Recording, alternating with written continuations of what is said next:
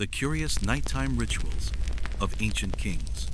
Hey guys, tonight we're peeling back the heavy, gold-threaded bed curtains of antiquity to peer into the peculiar, often bizarre, and sometimes surprisingly relatable nighttime routines of ancient kings. Now, I know what you're thinking. Kings had it made, right? Palaces, luxury, and servants at their beck and call. Surely, their nights were filled with peaceful slumber. But if you think that the lives of these rulers were as easy and serene as their surroundings, let me take you on a journey through history, where things are far from simple when it comes to getting some shut-eye. Imagine, if you will, the immense pressure of ruling an empire, the weight of thousands, even millions, of lives resting on your shoulders. Every decision you make could change the course of history. Wars are waged, alliances are made and broken, and empires rise and fall with every stroke of your pen. But now, picture trying to get a decent night's sleep with all of that swirling in your mind. How do you quiet your thoughts when you know that an empire's survival could depend on your next move? How do you find peace when your very existence, not just your reputation, is constantly under threat? Add to that the constant fear of betrayal by your own closest advisors, your family, or even the gods themselves, and sleep becomes far more than just a physical necessity. It becomes a high-stakes game. These rulers were not simply kings or emperors in the traditional sense. Many were considered living gods, divine manifestations on earth, or at the very least, direct intermediaries between the mortal realm and the celestial powers that govern the universe. Imagine carrying the weight of divine expectation, knowing that every action you take is scrutinized by not only your subjects, but also by the gods themselves. Every battle, every decree, every decision could be seen as a reflection of your divine mandate, and failing to live up to that could mean not only a loss of power, but a loss of divine favor, something that could literally mean death. But even more than that, these rulers had one glaring issue that we all have in common. They still had to sleep, and for them, sleep was far from a simple pause at the end of a long day. It was a sacred ritual, a vulnerable state that left them susceptible to everything from political intrigue to spiritual warfare. The power, the wealth, the grand palaces, they couldn't protect them from the vulnerability of sleep. And so, they turned to elaborate and sometimes bizarre bedtime rituals to ensure that they could rest, dream, and survive the night. You'd think that with all their power, kings would have mastered the art of sleep. But these rulers didn't just struggle with mundane problems like insomnia or nightmares. No, their nights were filled with strange rituals, desperate pleas to silent gods, and security measures so extreme that they might make a modern-day Secret Service agent blush. With the weight of the world, and often the weight of the gods pressing down on their shoulders, these monarchs devised elaborate strategies to ensure that they could both protect themselves and their empires, all while getting some rest. And frankly, some of the things these kings got up to before bed were so strange that I'm willing to bet you wouldn't survive their nightly routine, let alone the day job that came after. You see, it wasn't just about a comfortable mattress or a soft pillow. These rulers weren't thinking about getting a good night's sleep, they were thinking about securing their fate, both in this world and the next. Their rituals were deeply tied to spirituality, to the divine, and to the intense paranoia that came with being at the top. They had to ensure that their sleep was not just a break from the relentless weight of their responsibilities, but a continuation of their reign, a moment of divine communion, a source of guidance, or even a chance to prevent something disastrous from happening. Forget your weighted blanket and white noise machine. Forget setting the alarm for a peaceful 8-hour rest. We're talking about rituals that involved everything from sacred oils and incense to elaborate security measures that would make even the most modern security experts take notes. And let's not even get started on the peculiar, sometimes downright bizarre, bedtime activities that kings engaged in, all in the name of maintaining their power and divine favor. So, before you get too comfortable in your own bed, take a moment to like this video and subscribe only if you genuinely enjoy what I do here. Of course, it really does help the channel find its way into the algorithm's good graces. And while you're at it, I'd love to know where you're tuning in from and what time it is for you. It's always fascinating to see our community of night owls and history buffs stretching across the globe, united by our love for history and a good night's sleep. Now, dim the lights, maybe turn on a fan for that soft background hum, and let's ease into tonight's journey together. What's coming next is a deep dive into the strange, sacred, and sometimes unsettling nightly routines of ancient rulers.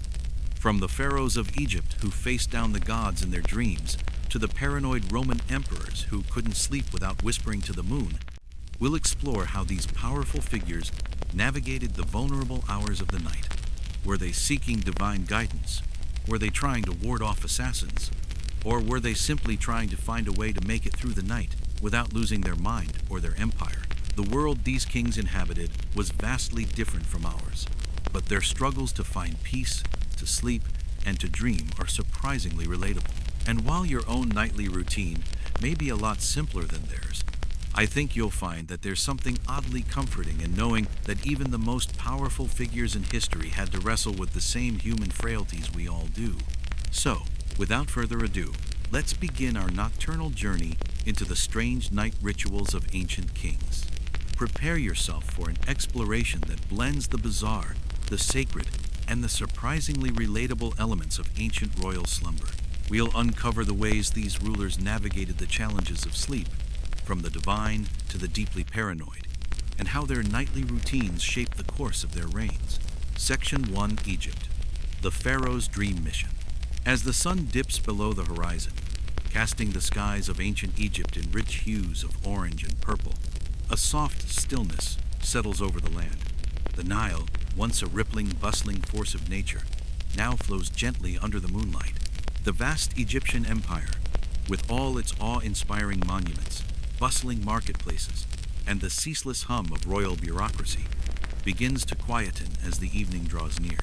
But the life of the pharaoh, the divine ruler of this land, is far from quiet. For him, the night holds the promise of something far more significant than rest. It is a time for preparation, for communication with the gods, and for a journey that transcends the earthly realm. The royal bedchamber, the heart of the pharaoh's nightly retreat, stands in stark contrast to the grandeur of the public spaces. The stone walls, cool and imposing by day, become a sanctuary of intimacy as dusk falls. The air inside is thick with the fragrance of lotus and frankincense, both used not just for their pleasing aromas but for their spiritual significance. These scents serve as offerings to the gods, as well as to purify the space, creating an atmosphere ripe for divine interaction.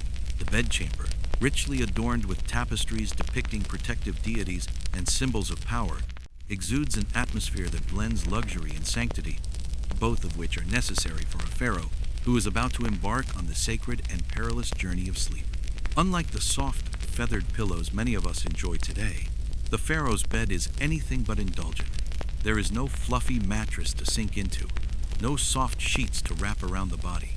Instead, the pharaoh's headrest is typically made of wood, ivory, or even stone, a firm and purposeful design meant to keep his mind alert, his body aligned with the celestial forces, and his thoughts focused on the divine rather than the mundane concerns of his earthly kingdom. The headrest, unlike a simple pillow, is both a physical necessity and a symbolic object. It's said that the headrest helps the pharaoh breathe better, elevating his head just slightly, but it also represents the pharaoh's connection to the heavens. By keeping the pharaoh's head elevated, it keeps his mind closer to the divine, a connection he must maintain even as he sleeps. Before the pharaoh can lie down on this hard, unyielding surface, however, he undergoes a series of purification rituals. These rituals, involving sacred oils and anointing by trusted priests or servants, are designed to cleanse him both physically and spiritually. The oils are not just for comfort, they are consecrated, imbued with protective qualities, meant to shield him during his vulnerable journey into sleep.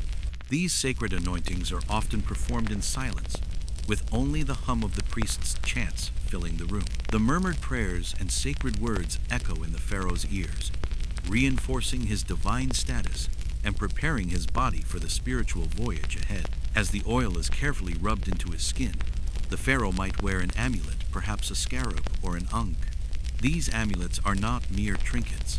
They are symbols of protection, life, and transformation.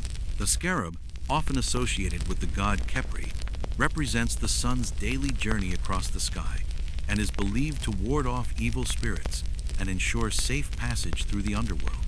The Ankh, the symbol of life, is a reminder of the pharaoh's divine right to rule, his connection to the gods, and his immortality in the afterlife. These amulets are not just physical objects. They are his spiritual armor, his companions, as he embarks on a journey far beyond the confines of his royal bedchamber. The pharaoh's sleep is not simply about rest, it is about preparation for a journey that will take him into the Duat, the realm of the dead. For the Egyptians, sleep was seen as a miniature death. When the pharaoh slept, he wasn't merely resting. He was navigating the perilous underworld, communicating with the gods, and receiving visions that could shape the course of his reign. This was not a time for mindless slumber. This was a sacred mission. It was a journey where the pharaoh would walk with the gods, where dreams could bring forth divine messages or ominous omens. The pharaoh's dreams are not just his personal experiences, they are state-sanctioned, and their interpretation could have profound consequences for Egypt. Enter the master of the secret things, the chief dream interpreter of the pharaoh. This was a highly coveted position, one held by a high priest or scholar who had dedicated his life to the study of dreams, omens, and divine messages. The master of the secret things was responsible for recording the pharaoh's dreams and interpreting them in a way that would offer guidance to the kingdom. In a world where the gods were seen to control every aspect of existence, dreams were considered the most direct form of communication with the divine. After the pharaoh awakes, the first thing that happens is the recording of his dreams. This isn't the casual jotting down of a few thoughts before breakfast. No, every detail is documented meticulously on papyrus, with a careful recounting of the figures, symbols, and emotions that appeared in the pharaoh's visions. The dream is then analyzed by the master of the secret things, whose task is to decode its meaning. Was the pharaoh dreaming of a clear sky? This could signify prosperity and divine favor. Was there a brewing storm in his dreams?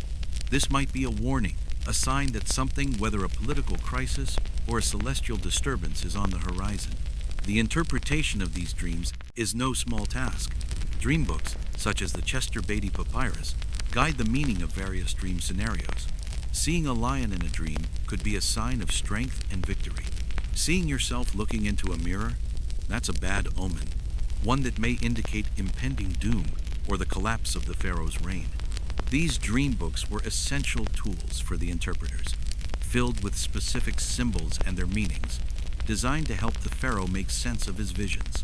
Some believe these books were an essential part of the political machinery of Egypt, allowing the pharaoh's advisors to subtly influence the course of his decisions by interpreting his dreams in a way that suited their agendas. The pharaoh's reliance on dreams didn't end with the interpretation. Dreams were believed to carry divine instructions, warnings, and prophecies, and sometimes these prophecies would dictate the course of Egypt's politics and policies.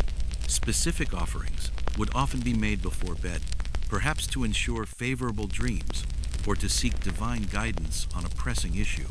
The pharaoh may have been presented with a small shrine, a chamber where priests would dedicate food and drink to the gods, invoking their favor before he lay down to sleep. These rituals, like the oils and amulets, were not just symbolic. They were a crucial part of the pharaoh's spiritual armor, ensuring that he would be protected in the spiritual realm as he journeyed through the underworld in his dreams. Now, while the pharaoh's chamber is filled with sacred incense, oils, and amulets, there is one more layer of protection that cannot be overlooked: the security of the pharaoh himself. The pharaoh's life is, after all, one of constant threat. Assassins lurk in the shadows, rivals plot for power, and the ever-present fear of coups is a constant in the life of the ruler. The royal chamber, though grand and serene, is not just a space for rest, it is a fortress. Guards are stationed outside the pharaoh's doors, ensuring that no one can gain access to him without being properly vetted. The silence of the palace at night is punctuated by the soft footfalls of these guards, who move like shadows, keeping watch over the life of Egypt itself. Inside the pharaoh's chamber, The protective deities are not just abstract concepts, they are physically present. Figures of Bez, the tiny, fierce god who guards against evil spirits, are placed strategically around the room, ensuring that no harm can come to the pharaoh as he sleeps. Bez, often depicted as a comical, grumpy figure, is a protector in the truest sense. He's there to ward off nightmares, to ensure that the pharaoh's dreams remain clear of malevolent forces.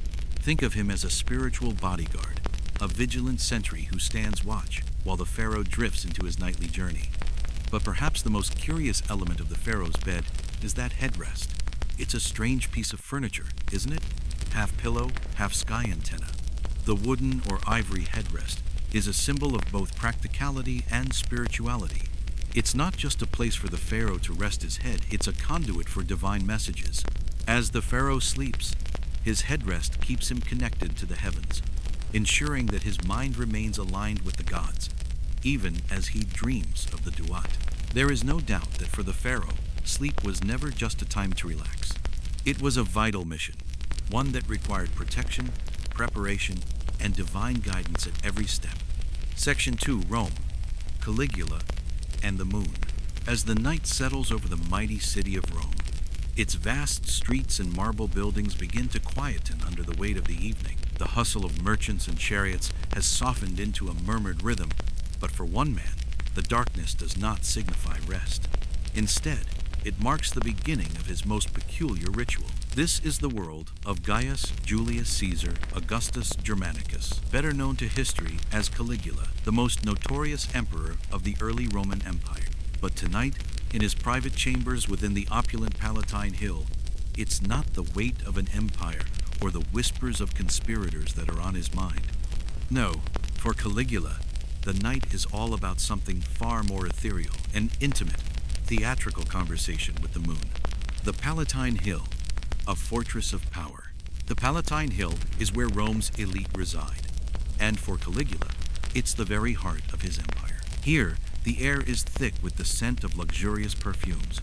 The distant sounds of musicians playing soft melodies drift through the halls, and the palace's opulence leaves little to the imagination. Silk from the east, mosaics depicting grand battles, and elaborate fountains, everything in the palace, from the finely crafted marble floors to the richly woven tapestries, speaks of imperial power. But while Rome's ruling elite live in comfort, this space, Caligula's private quarters, is more than just a home. It's a stage, a place where the emperor can play at being a god, an actor, and at times, perhaps, a madman. Caligula's chambers are far from conventional, even by Roman standards. There is no traditional Roman bed, no lavish bedchamber with a simple headrest and pillow. Instead, Caligula's bed is ornate and lavish, draped in gold silk and surrounded by velvet curtains that offer a cocoon of solitude. But despite this extravagance, the most significant feature of his private quarters is not the bed, but the view. A large window, framed by heavy curtains, faces directly into the heavens, giving Caligula an uninterrupted view of the night sky. This window is not just an architectural feature, it's the emperor's connection to something greater than his empire.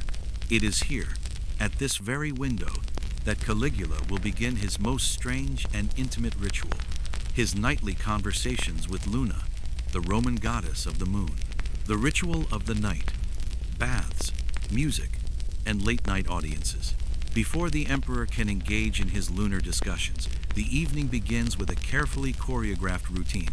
The first part of his ritual is a luxurious bath, a staple of Roman life. The warm water is poured from intricately decorated basins, scented with lavender, rose, and other fragrant oils, filling the room with a calming aroma. Caligula's attendants, dressed in simple but finely crafted tunics, move swiftly, efficiently, tending to his every need. His bath is not just for cleansing, it is an act of ritual purification, a necessary prelude to his nightly communion with the divine. As the water cascades over him, Caligula relaxes, letting the tension of ruling an empire melt away. This moment, unlike his duties during the day, is not about power, it is about indulgence. It is his time to wash off the grime of the world, to prepare himself for something more profound, more personal. As he bathes, The sounds of soft music fill the air, played by skilled musicians who have been specially chosen to perform for the emperor. The soft strains of the lyre, the delicate plucking of the harp, or the low hum of a flute accompany the ritual, creating a sense of reverence in the room. Music is a tool for Caligula, an instrument to calm the mind and set the tone for the evening's more unusual activities. Once the bath is completed, and the oils have been carefully applied to his skin, the emperor is ready for the next phase of his ritual. But before he can converse with the moon, he has a few audiences to attend to. Caligula, despite his eccentricities, is still an emperor, and it is expected that he remains accessible to his closest advisors and allies. He receives reports, speaks to generals, listens to the concerns of his advisors, all while wrapped in the soft comfort of his silk robes. The meetings are brief but intense, each one a reminder that, despite the grandeur and the lavish rituals, he is still the ruler of Rome. But as the night deepens and the palace grows quieter, the true purpose of the evening emerges. The moonlit conversations. Caligula and Luna. The time has come for Caligula to speak to Luna, the Roman goddess of the moon. The emperor, ever theatrical, stands at the window, his gaze fixed on the silver orb of the moon that rises high above the city. The moon, for Caligula, is not just a celestial body, it is a goddess, a divine being to whom he speaks with an earnestness that borders on the absurd. The court has long since gone silent. There are no more reports to review, no more generals to speak with. This is his moment. Caligula does not simply look at the moon, he speaks to it. Historians are divided on whether these lunar dialogues were sincere acts of devotion or mere performances to bolster his divine mystique. Perhaps, as many ancient historians suggest, these moonlit monologues were a form of calculated political theater, a way for Caligula to maintain his grip on power by associating himself with the divine. After all, to the people of Rome, the emperor was more than a ruler, he was a god, a living representative of the gods on earth. Speaking directly to the moon, addressing it as though it were a sentient being, reinforced this image of divine superiority. Yet, some accounts, particularly from Suetonius, hint at a darker side to these rituals. Caligula, they suggest, might have been more than just eccentric, he might have been truly unhinged.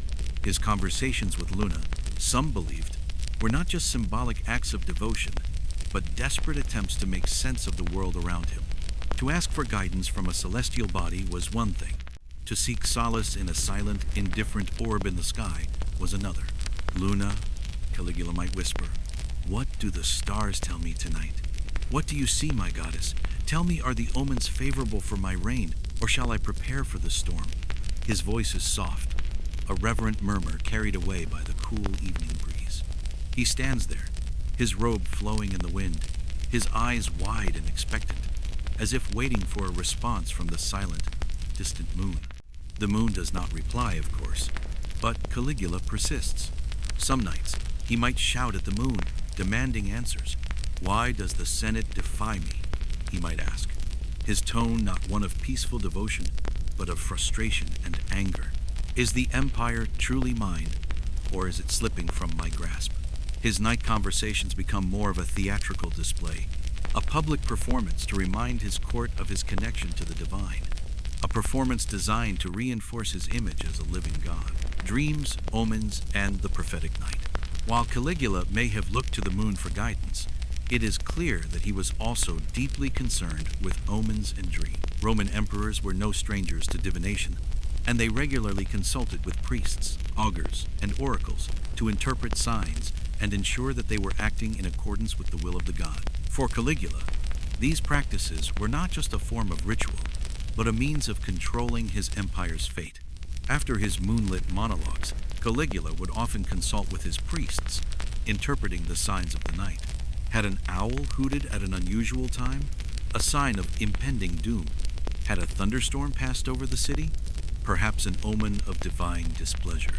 These nightly rituals, steeped in ancient Roman superstition, were a way for Caligula to maintain control over the unseen forces that he believed shaped his empire. He would not rest until he understood what the gods were telling him, and the only way to decipher their will was to pay attention to every subtle sign, whether it came from the sky, the stars, or his dreams. Security. guards, passcodes, and poison tasting. Of course, for an emperor as paranoid and powerful as Caligula, security was never a simple matter. His palace, the heart of his empire, was surrounded by layers of protection, both physical and psychological. The Praetorian Guard, his elite personal bodyguards, stood at attention, ensuring that no one could approach the emperor without their knowledge. Passcodes were required to enter certain areas of the palace, and even the most trusted of advisors were closely monitored. These measures were not just about protecting Caligula from external threats. They were about keeping him safe from those who might wish him harm within his own court. But even within the palace, Caligula could not afford to let his guard down. Poisoning was a very real threat to any ruler, especially one as erratic and unpredictable as he. As a result, Caligula employed food tasters to sample his meals before he ate. These tasters would take small bites of his food to ensure it wasn't poison. It was a grim reality, but one that Caligula was all too aware of. Even in the most luxurious of settings, the life of an emperor was fraught with danger. The quirky beat, whispered moon, talks as theater, devotion, or instability. There is something oddly theatrical about Caligula's nightly interactions with Luna. Whether these moonlit talks were sincere acts of devotion or simply calculated political theater designed to cement his divine status, they remain one of the most fascinating and enigmatic aspects of his reign.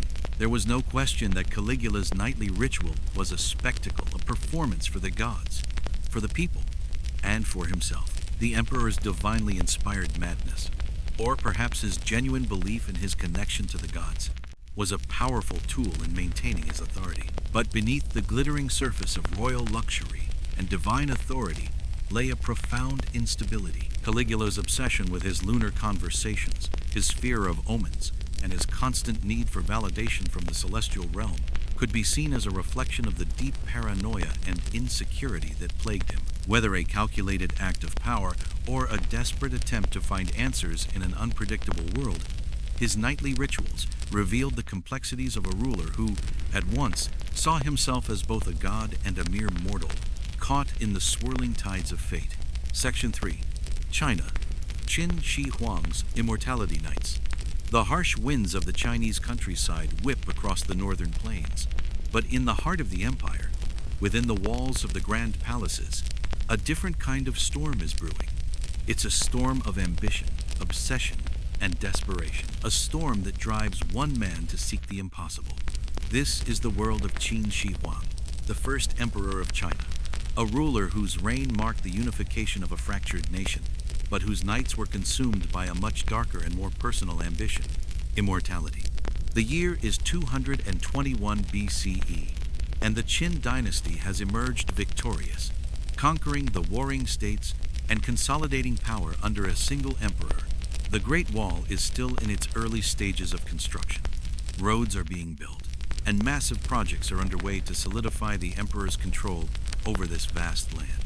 But while these grand achievements speak of a ruler's strength and vision, there is one goal that has consumed Qin Shi Huang like no other: the desire to live forever. In a world where life was uncertain, where rulers could fall as quickly as they rose, the emperor's obsession with immortality was not simply a personal desire, it was a symbol of his divine status, a quest that would transcend death itself.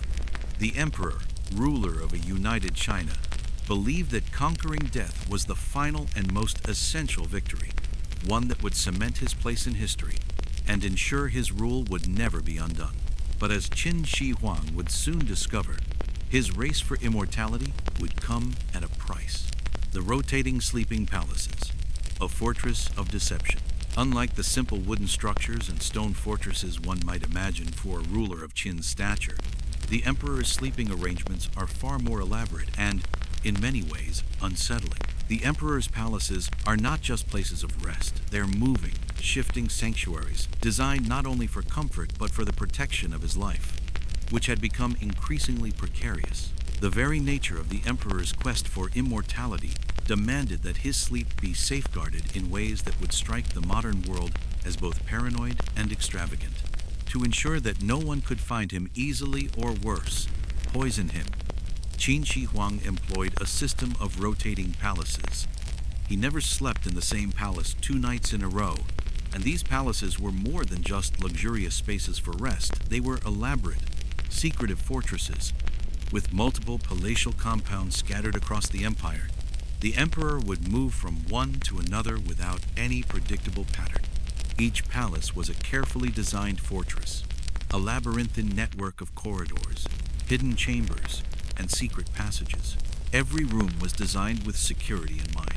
The windows were narrow, the doors fortified with intricate locks, and guards posted at every entrance. The labyrinthine layout made it nearly impossible for any intruder, be they assassin or conspirator, to find their way to the emperor without intimate knowledge of the palace's inner workings. Even the servants and courtiers who attended him were kept in the dark, isolated in specific areas of the palace, ensuring they had no knowledge of the palace's true layout. These secretive movements were intended not just to protect the emperor from physical threats, but also to shield him from the spiritual dangers of his quest for immortality. The emperor believed that the pursuit of eternal life was a dangerous and sacred undertaking, one that invited both celestial blessings and curses. By constantly changing locations, the emperor was also distancing himself from any malevolent forces that might latch onto him, following him from palace to palace. The emperor's quest was one that demanded the utmost secrecy, and secrecy demanded layers of security. The quest for immortality, alchemists and dangerous elixirs. By the time Qin Shi Huang had unified China, he had already begun his most dangerous and consuming quest, finding the secret to eternal life. The emperor had heard rumors of far-off lands where immortals lived beings who had unlocked the secrets of life's longevity. To the emperor, these were not mere myths, but possibilities he would pursue with all the might of his newly unified empire. He summoned the best alchemists from across the kingdom, bringing them to his court in the hopes that they might create an elixir that would grant him eternal life. But these alchemists were not mere practitioners of magic. They were also scientists, albeit scientists who lacked the knowledge we possess today.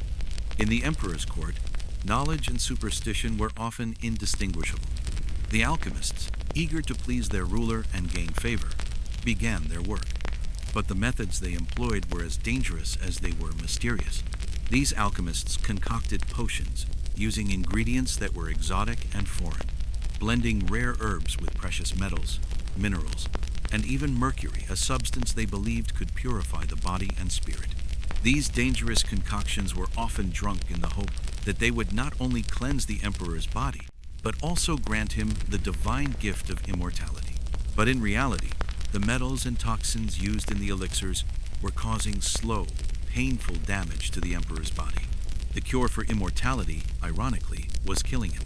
Historians still debate the extent of the emperor's faith in these alchemical elixirs.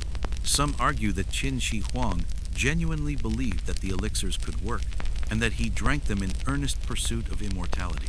Others suggest that he viewed these alchemists more cynically, using them as tools to maintain the illusion of divine favor, while also keeping his court distracted with promises of eternal life. Regardless of his true beliefs, the emperor's search for immortality continued with increasing urgency.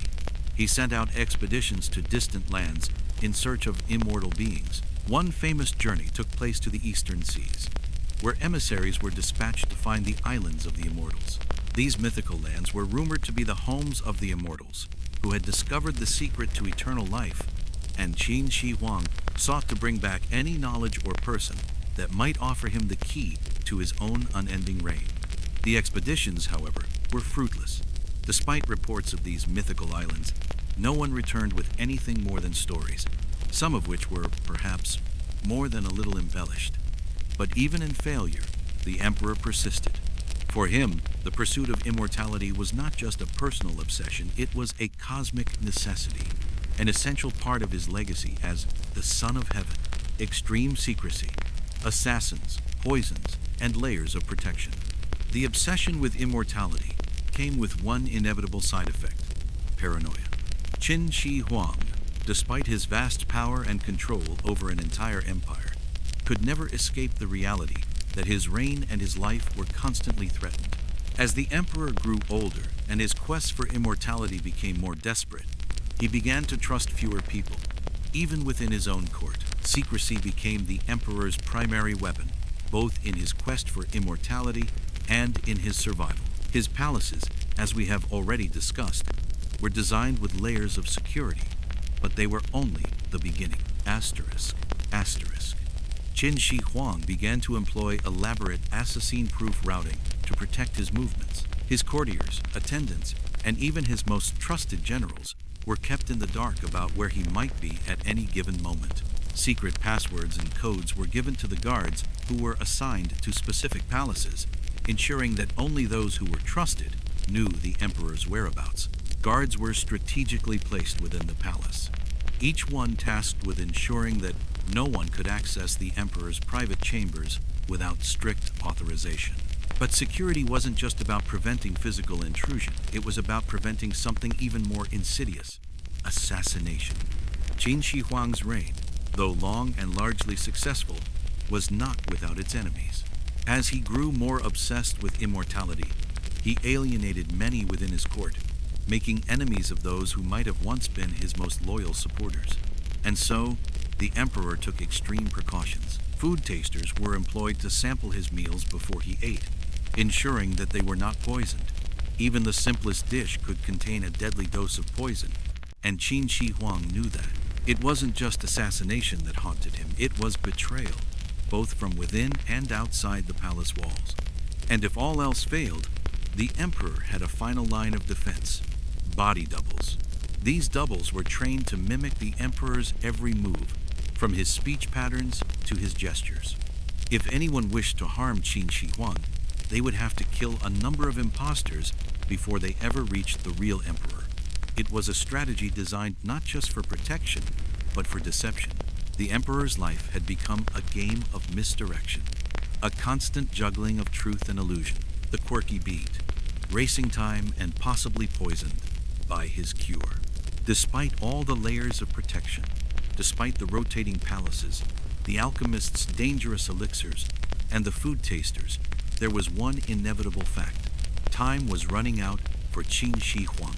He had sought immortality, but the very measures he took to ensure his safety, his elaborate systems of deception, his dangerous reliance on alchemy, were perhaps contributing to his eventual downfall.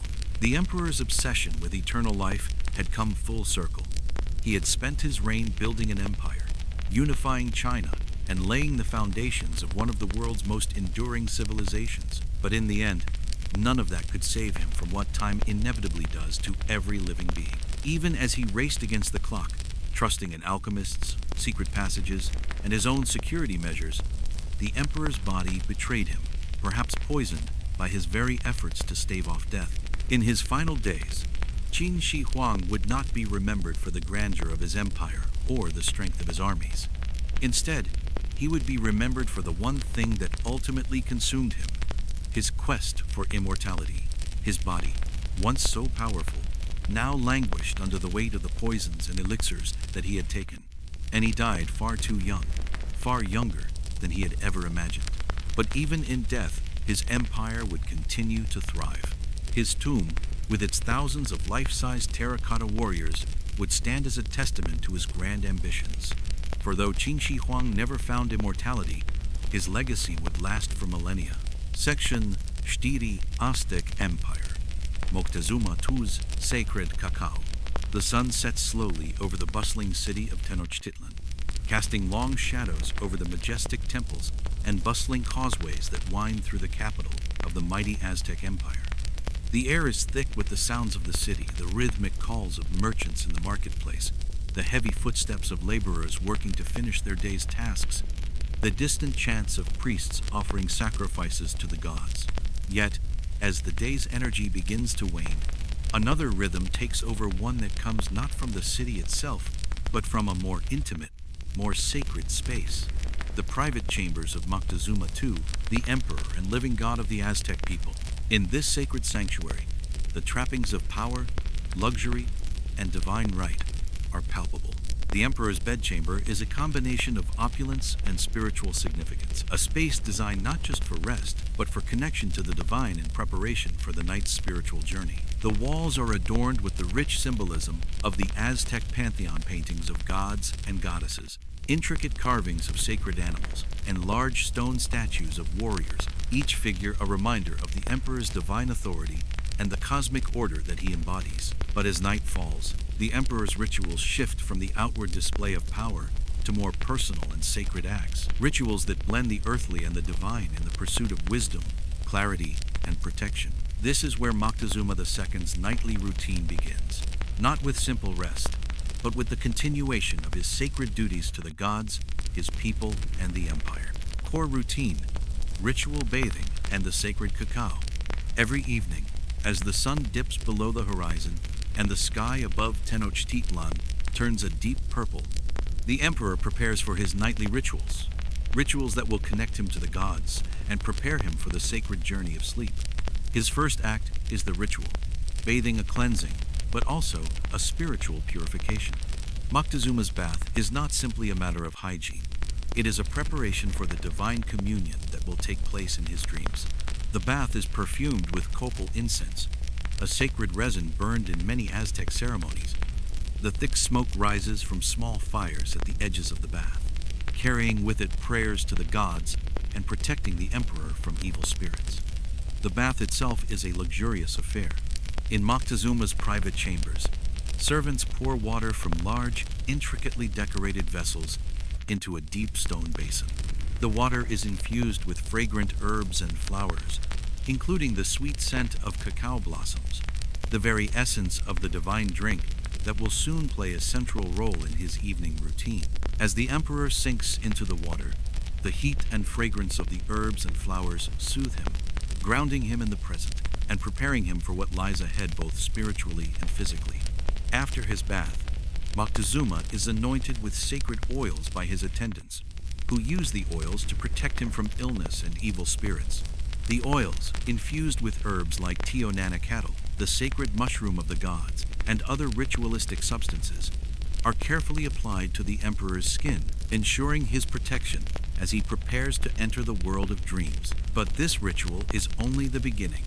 The most significant part of Moctezuma's evening is the preparation and consumption of sacred cacao, a drink that holds both spiritual and physical importance in Aztec culture. Cacao is more than just a beverage. It is a sacred stimulant, a food of the gods, and a connection to the divine.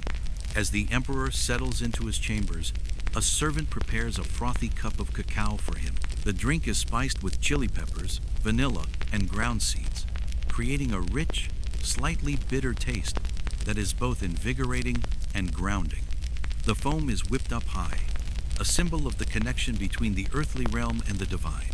This drink is not only a ritual stimulant, but also a form of sacrament, consumed as an offering to the gods. As the hot drink is passed to the emperor, he lifts the cup to his lips and takes a long, deliberate sip. The thick, spiced liquid warms him, filling him with energy and clarity. The cacao, both a stimulant and a sacrament, allows him to remain focused and alert, prepared for the divine communion he will soon experience. It is said that Moctezuma drank vast quantities of cacao each day, and for the emperor, the nightly cup was more than just a drink. It was a vital part of the connection between the divine world and the mortal one. The gods themselves drank cacao in the heavens, and Moctezuma, as their earthly representative, sought to share in that power. Dream work, interpreting animal and warrior symbols as state omens. But Moctezuma's nights are not merely about rest and ritual. They are about receiving divine guidance. The emperor's sleep is not simply a time to rest the body. It is a time to receive omens, visions, and prophecies from the gods. The dreams of an emperor are not random. They are divinely ordained, and their interpretation could shape the course of the empire. In this world, dreams are a conduit to the gods, and they carry deep meaning. Moctezuma's dreams are not mere reflections of his subconscious. They are messages from the divine that must be deciphered with the utmost care and reverence. Trained dream interpreters, usually high-ranking priests or oracles, are responsible for decoding these dreams and offering their interpretations. These interpreters are skilled in understanding the symbolic language of dreams which is often filled with animals, warriors, and gods, figures that represent different aspects of Aztec cosmology. If Moctezuma dreams of a jaguar, for example, this is seen as a powerful omen, symbolizing strength and victory in battle. The jaguar, as a revered warrior animal, is a symbol of power, and a dream featuring it would be interpreted as a sign that the emperor would be victorious in upcoming military campaigns. Similarly, a dream featuring an eagle would symbolize victory and dominance, while a snake might represent an enemy that is about to strike. In some cases, the emperor might dream of warriors, a sign that a new conflict is brewing, or that the current wars are about to take a significant turn. The Aztecs believed that warriors were the living embodiments of divine power, and their presence in a dream was seen as a divine warning or instruction. The Tlaloc, god of rain, might appear in Moctezuma's dream, advising him to prepare for a good harvest or signaling the arrival of rain. Each symbol, each figure in the emperor's dreams was carefully examined and interpreted by his advisors, who worked in tandem to decipher the messages the gods were sending. After Moctezuma's dreams were recorded, priests would consult the sacred codices, ancient manuscripts that contained the dream interpretations of past rulers. These codices were treated as sacred texts, containing detailed information about how to interpret specific symbols and signs. The codices also included important rituals and offerings to be made, based on the meanings of the dreams. Special prayers and sacrifices were sometimes required to ensure that the emperor received the protection and guidance of the gods. The dreams of Moctezuma were not simply personal reflections, they were state affairs.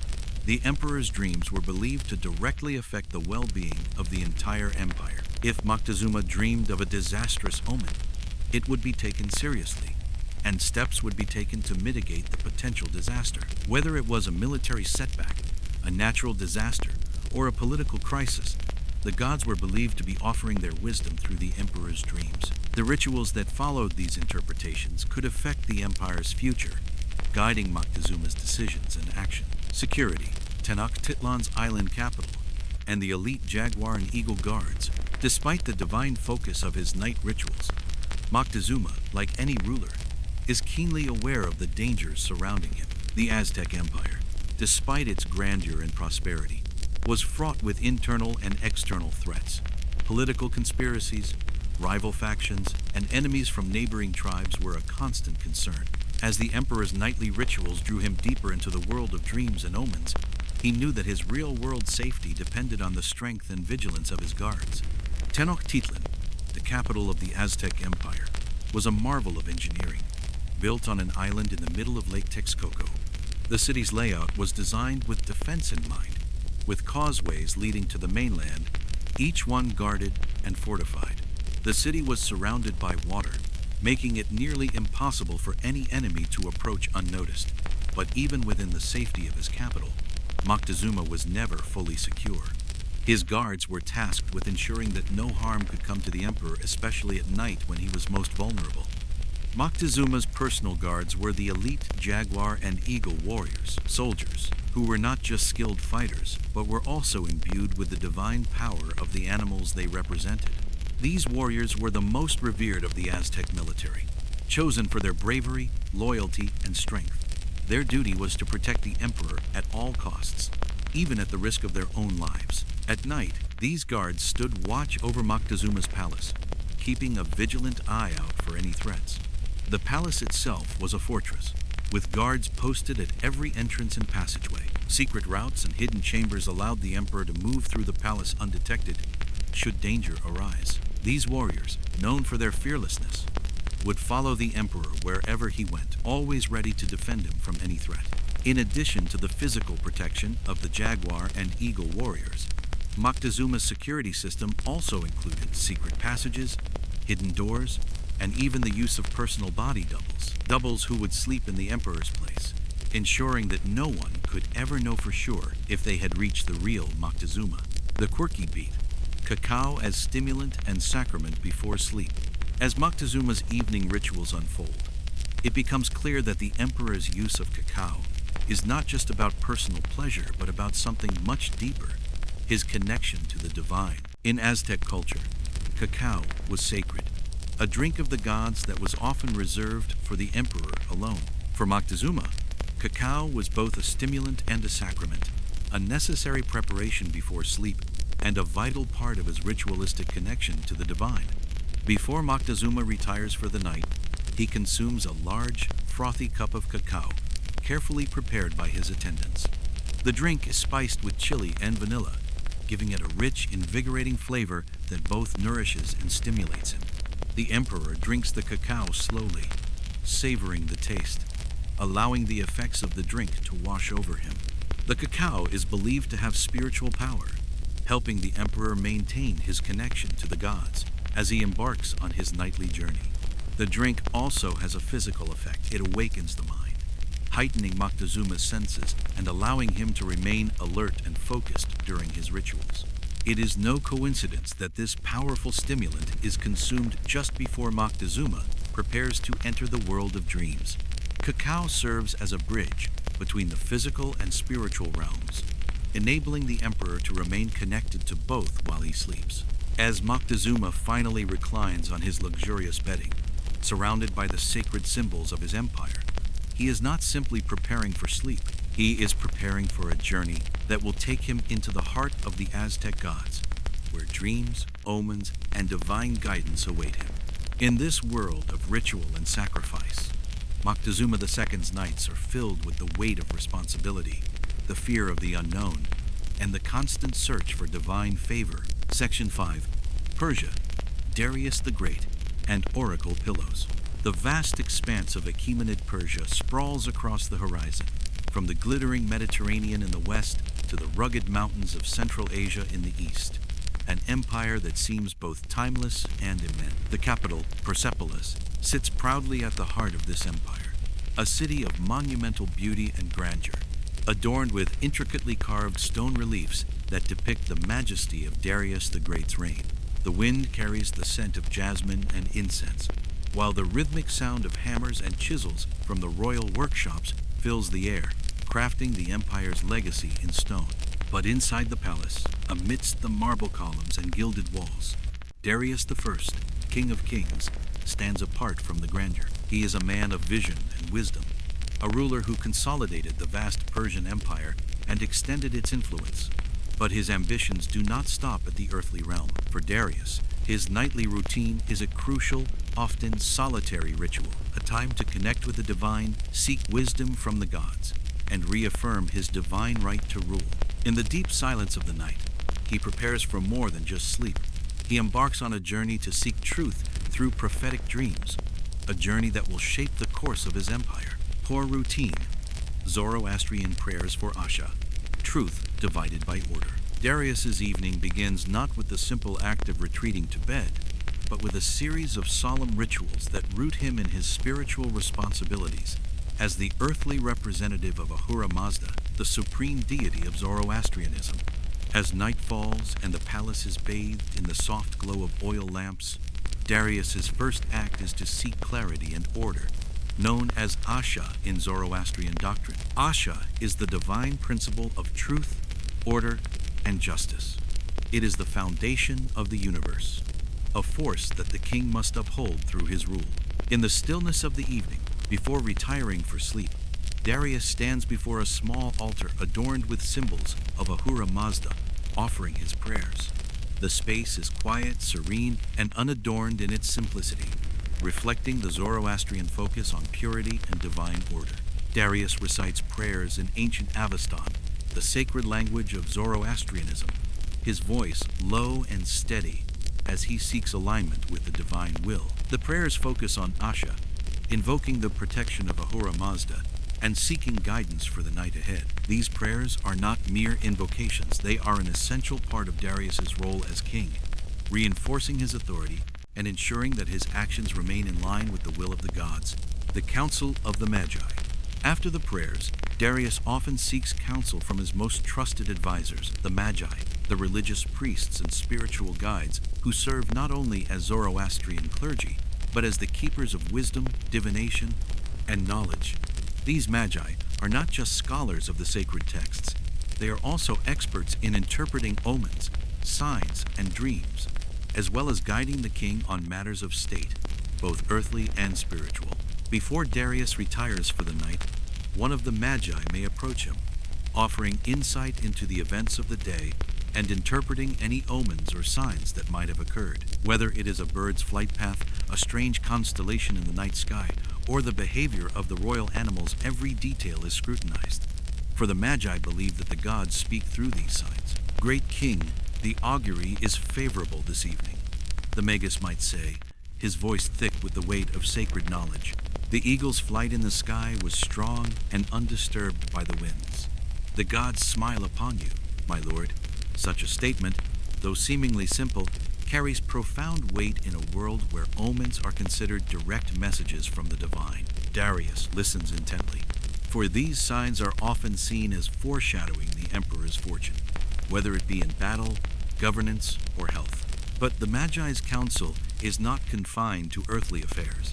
They also offer wisdom for the emperor's spiritual journey.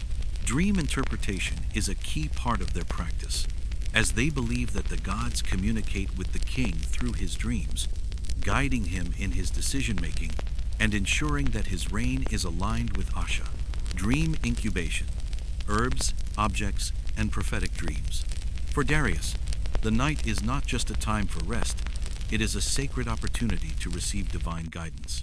As part of his evening routine, the king prepares himself for dream incubation, a practice designed to help him receive prophetic dreams that will inform his rule. This process involves the use of herbs and sacred objects, each chosen for its ability to open the mind to the spiritual realm. Darius's bedchamber is filled with objects that play a critical role in his nightly rituals. The most important of these objects is his oracle pillow, a smooth stone or cloth pillow that is believed to aid in dream incubation. The pillow is lined with sacred herbs, such as myrrh and frankincense, which are burned near the pillow to create an atmosphere conducive to spiritual insight. These substances are believed to have the power to influence dreams, helping the king connect more easily with the divine. Before lying down, Darius's servants prepare his pillow by anointing it with myrrh oil, a sacred oil known for its purifying properties. The oil is applied not only for its scent, but also as a means to cleanse the mind and spirit, ensuring that the king's dreams are free from interference. The Magi may also place a small amulet under his pillow, perhaps one carved with the image of Ahura Mazda or the Pharaohs, a symbol of divine protection and guidance. These objects are meant to protect the king's dreams from malevolent forces and ensure that the messages he receives are clear and true. Once the pillow is prepared, Darius lies down, his mind focused on the task ahead. His body is draped in fine silks, and the soft rustle of the bed linens is the only sound in the room as the emperor's mind begins its journey into the spiritual world. The Magi's chant fills the background, their voices soft but steady, reciting prayers to guide the king's soul as it prepares to receive wisdom from the gods. Darius's goal is not to simply sleep, but to incubate a dream, to receive divine guidance or prophecy that will help him make wise decisions in the days to come. According to Zoroastrian teachings, dreams are not random. They are messages sent by the gods. The emperor's dreams are seen as sacred communications, a direct line to Ahura Mazda, and it is through the interpretation of dreams that Darius will often make his most important decisions. The Magi's role is critical here. While the king is immersed in his dream state, the Magi prepare to interpret the visions he will receive. If the emperor dreams of a lion, it might symbolize strength and victory.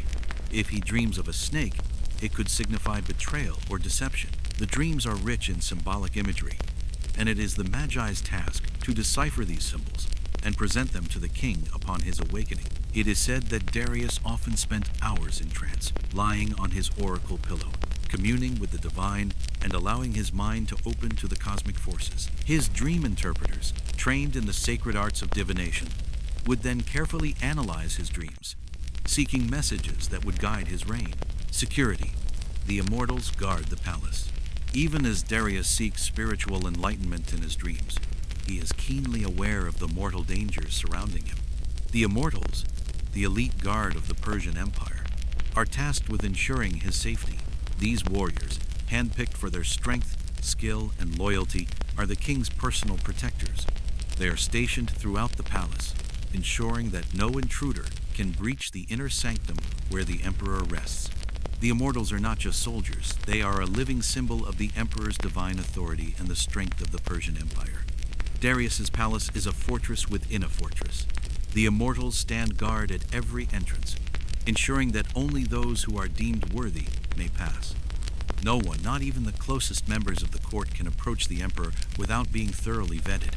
As Darius lies in his chambers, preparing for his prophetic dreams, the palace remains vigilant. Guards patrol the hallways, their heavy boots echoing off the stone floors as they move silently through the night.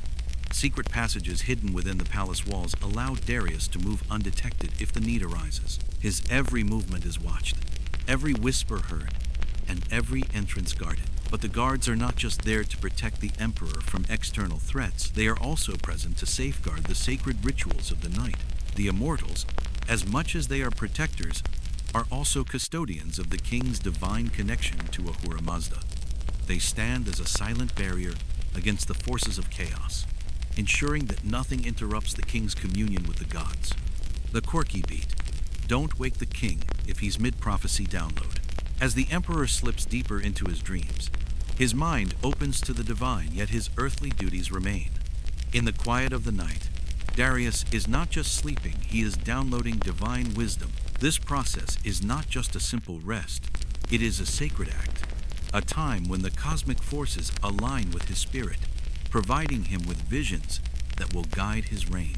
However, there is a fine line between spiritual enlightenment and a disrupted vision.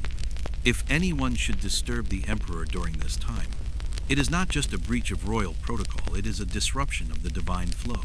The king, in his deep sleep, may be receiving messages from Ahura Mazda, and any interruption could risk losing the prophecy altogether. It is said that no one dared to disturb Darius during these moments, unless it was a matter of life and death. The Magi, trained in the art of dream incubation, knew the importance of silence during this time. If the king is in the midst of receiving a divine message, the palace must remain utterly still. Section 6. India. Ashoka's mindful evenings. The winds of change sweep across the land of Bharata, carrying with them the scent of sandalwood, the faint smell of incense, and the faint hum of chanting monks. At the heart of this vast empire lies Pataliputra, the bustling capital of the Mauryan Empire. A city of unparalleled splendor and complexity. Its grand roads and elaborate palaces, intricately adorned with carved columns and statues, were the markers of Ashoka the Great's unchallenged power. Yet, beneath the surface of this immense grandeur, something more profound is taking shape, a transformation not only in the empire, but in the very essence of its emperor, Ashoka himself. Once a fierce and unrelenting conqueror, driven by ambition and bloodshed, Ashoka's life has undergone a radical shift. After the brutal Kalinga War, where the rivers ran red with the blood of thousands, Ashoka experienced a profound inner crisis, an epiphany that would alter the course of his reign, his empire, and his very being. What followed was a turn towards compassionate governance, underpinned by the teachings of Buddhism, which led to a life of mindfulness, reflection, and peace. In the royal palace of Pataliputra, as evening descends and the harsh light of day fades into the cool shadows of night, Ashoka prepares for a night of reflection. This is no longer a king's evening full of feasts, revelry, and the demands of empire. Instead, the emperor sits in his chambers, the sounds of the court fading, and the hum of distant temples and monks singing sutras enters the space. Ashoka's night is now defined by his search for inner peace and understanding. A search that is as much spiritual as it is political. Core routine, meditation, sutra recitations, and ethical reflection. Dhamma. The moment the sun dips below the horizon, Ashoka begins his evening routine not with the usual bustle of imperial duties, but with a sacred practice, meditation. The deep and transformative shift in his heart and mind can be felt in the air of his private chambers, where only a handful of trusted attendants remain, their voices low and respectful. The emperor, draped in simple woolen robes far less elaborate than the luxurious silks he once wore, sits cross-legged on a modest mat, his posture straight, his mind focused. The meditation is not about seeking rest. It is about seeking insight, clarity, and connection to the Dhamma, the teachings of Buddha. Ashoka's path is no longer one of conquest and empire expansion. Instead, it is one of understanding the nature of suffering and the pursuit of wisdom that leads to liberation. The Dhamma, or righteous path, has become the foundation of his rule. As he sits in silence, his thoughts turn inward, moving from one ethical principle to the next, contemplating the ways in which he can best serve not only his people but all living beings. The soft glow of oil lamps flickers in the room, casting shadows on the walls where a few scrolls are spread out, containing the teachings he is reflecting on. The emperor's fingers move in a rhythmic fashion, tracing the words of the sutra's sacred Buddhist scriptures that have now taken the place of the more militaristic texts and ancient philosophies he once studied. As Ashoka's mind quiets, the whispers of the Buddha's Four Noble Truths echo in his consciousness. He contemplates the first truth. Suffering is a part of life, whether in the battlefield or in the stillness of meditation. The second truth speaks of the cause of suffering, the desires and attachments that lead to conflict, both external and internal. The third truth offers hope, the path to the cessation of suffering. And the fourth truth outlines the way, the Noble Eightfold Path, which emphasizes right understanding, right action, right speech, right mindfulness, and right concentration. The meditation is a deeply personal practice for Ashoka. The imperial crown and the trappings of power no longer define him. In this quiet moment, he is simply a man, one with his own flaws and regrets, seeking redemption through the peace of mind that Buddhism offers. His mind is free from the wars he fought, the bloodshed he caused, and the lives he took.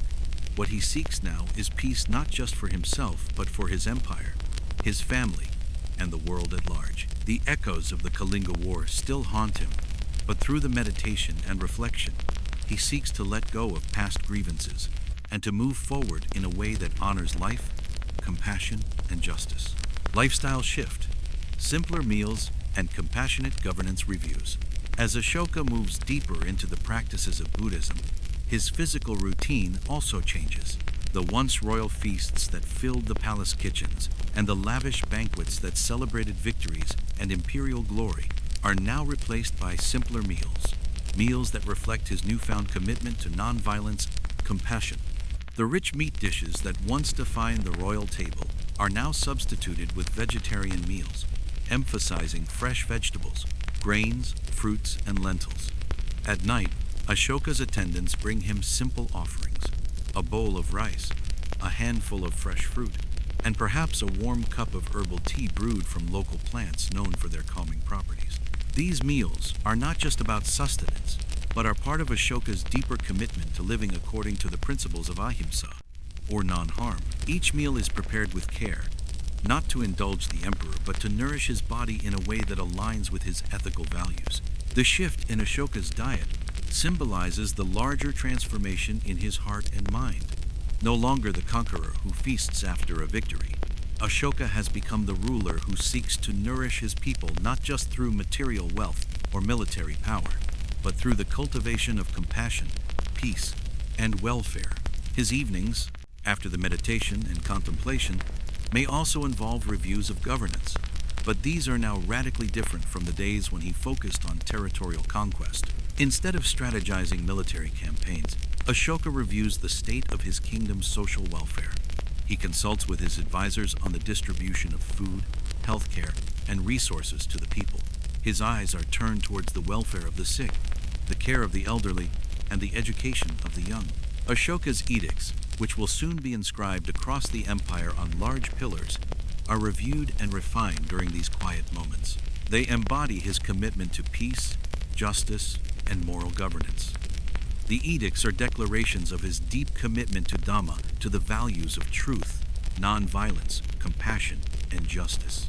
As the emperor reads through the drafts, he considers whether his imperial decrees are in line with his new path. Is he living in accordance with the principles he now cherishes? Are the people benefiting from his rule? In these moments of reflection, the burden of imperial responsibility weighs heavy on Ashoka's shoulders, but now it is a burden he willingly carries. No longer is his empire built on the conquest of others. It is built on the peaceful stewardship of his people. His heart beats in rhythm with his growing understanding of Buddhism and his commitment to creating a just and compassionate society. Security. Standard imperial guard. Softer tone at court. While Ashoka has embraced the peaceful path, the realities of ruling an empire remain. His imperial guards are still stationed around the palace, ensuring that the physical security of the emperor is maintained. However, under Ashoka's guidance, the tone at court has softened. The once brutal security measures, where guards were tasked with maintaining strict control through fear and intimidation, are now guided by a gentler approach. The royal palace no longer operates like a fortress with guards at every door, their eyes cold and unwavering. Instead, the guards maintain their vigilance, but with an air of respect, guided by Ashoka's new principles of nonviolence. The Imperial Guard still maintains their role in protecting the Emperor from internal and external threats. The restless factions within the Empire, the occasional political dissidents, or the enemies who might still lurk outside the palace walls. But under Ashoka's rule, the soldiers are more like protectors than enforcers. The Emperor no longer lives in fear of betrayal or assassination, as he once did in his more paranoid years. His security team is entrusted with more than just safeguarding his physical form. They are also his moral compass, ensuring that his reign is just, compassionate, and peaceful. While the palace is still a hub of imperial power, the guards no longer represent the cold, authoritarian force that the empire once relied on. Instead, they represent a humane and just form of protection, one that echoes Ashoka's Buddhist values. In this new world, emotional intelligence and understanding replace the old, harsh tactics of physical control. The shift is significant. The Emperor is now protected not just by soldiers, but by a collective understanding that his authority is not based on fear, but on respect, truth, and compassion. The quirky beat. From conqueror's feasts to monk-like nights. What stands out most about Ashoka's nightly routine is the stark contrast between the life he once led and the one he now lives. There is something almost monastic about his evenings now, a quiet, humble contrast to the opulence and indulgence that once marked his reign. The royal feasts that were once held in grand halls with rivers of wine, meat, and luxurious foods are now replaced with quiet, humble meals, mostly vegetarian, and the soft light of oil lamps rather than the dazzling golden chandeliers of his earlier courts. The sounds of courtly banter and musical performances are replaced by the gentle hum of monks reciting sutras, or the sound of Ashoka's own soft voice as he reflects on the ethics of his governance. In place of lavish victory feasts, Ashoka now sits in quiet contemplation, reflecting on the deep philosophical teachings of Buddhism, meditating not just for personal peace but for the well-being of his entire empire. His transformation is both personal and political, but it is also spiritual. An emperor once defined by his martial prowess and imperial conquest is now a ruler who seeks peace, understanding, and harmony. Gone are the bloody conquests, the bloody celebrations of victories. In their place are meditative nights, simple meals, and ethereal dreams, a king who now seeks to conquer his own soul, to lead with compassion and justice rather than the sword. His nights, once loud and filled with the echoes of war and empire, are now quiet, humble, and rich with the reflections of a man seeking wisdom, peace, and true greatness. Conclusion: as Ashoka, the great emperor, rests under the stars of Pataliputra, his soul at peace and his mind clear, he embodies the transformation that all rulers may hope to experience. From the fierce conqueror who once reveled in the spoils of war, to the enlightened monarch who now rules with compassion, his nightly rituals offer a glimpse into the depth of his transformation. With each meditation, each sutra recitation, and each humble meal, Ashoka redefines what it means to be an emperor, not just in terms of power, but in terms of wisdom, truth, and moral governance. In the stillness of the night, he is no longer a king who demands tribute from his subjects, but a ruler who seeks to ensure their happiness, their welfare, and their well-being. Ashoka's mindful evenings serve as a reminder that even the most powerful rulers are, at the end of the day, simply humans seeking peace, understanding, and a place of balance within the vast empire they lead. Section 7. Babylon, Hammurabi and the Law Before Bed. The Old Babylonian period unfolds across a land that stretches along the fertile banks of the Euphrates River, a civilization of immense power, intellectual prowess, and religious devotion. Babylon, the jewel of Mesopotamia, stands as the crown of the Akkadian Empire, an imposing city surrounded by ziggurats and grand palaces, where the god king Hammurabi holds court. It is a land that has long been defined by the relentless power of its kings, but also by its devotion to law, structure, and cosmic order. And it is here, in the heart of this ancient empire, that Hammurabi rules over his people, an emperor not just by divine right, but by the sacred code he has crafted, the very code of Hammurabi, which is inscribed on a towering diorite stele, casting his legacy across the generations. The night in Babylon is not one of rest and indulgence, but of ritual and cosmic order. In the king's palace, perched high above the city's bustling streets, the sounds of the day fade into the silence of the night. The air is thick with the scent of incense, and the flicker of oil lamps cast long shadows against the grand stone walls of the palace. Yet, it is not peace and comfort Hammurabi seeks, at least not in the way most might understand. For him, the night is not a time for respite, but for communion with the gods, and a moment to ensure that the cosmic order he so carefully enforces remains intact. Core routine: incense and prayers to Shamash, recitation of laws divided by hymns.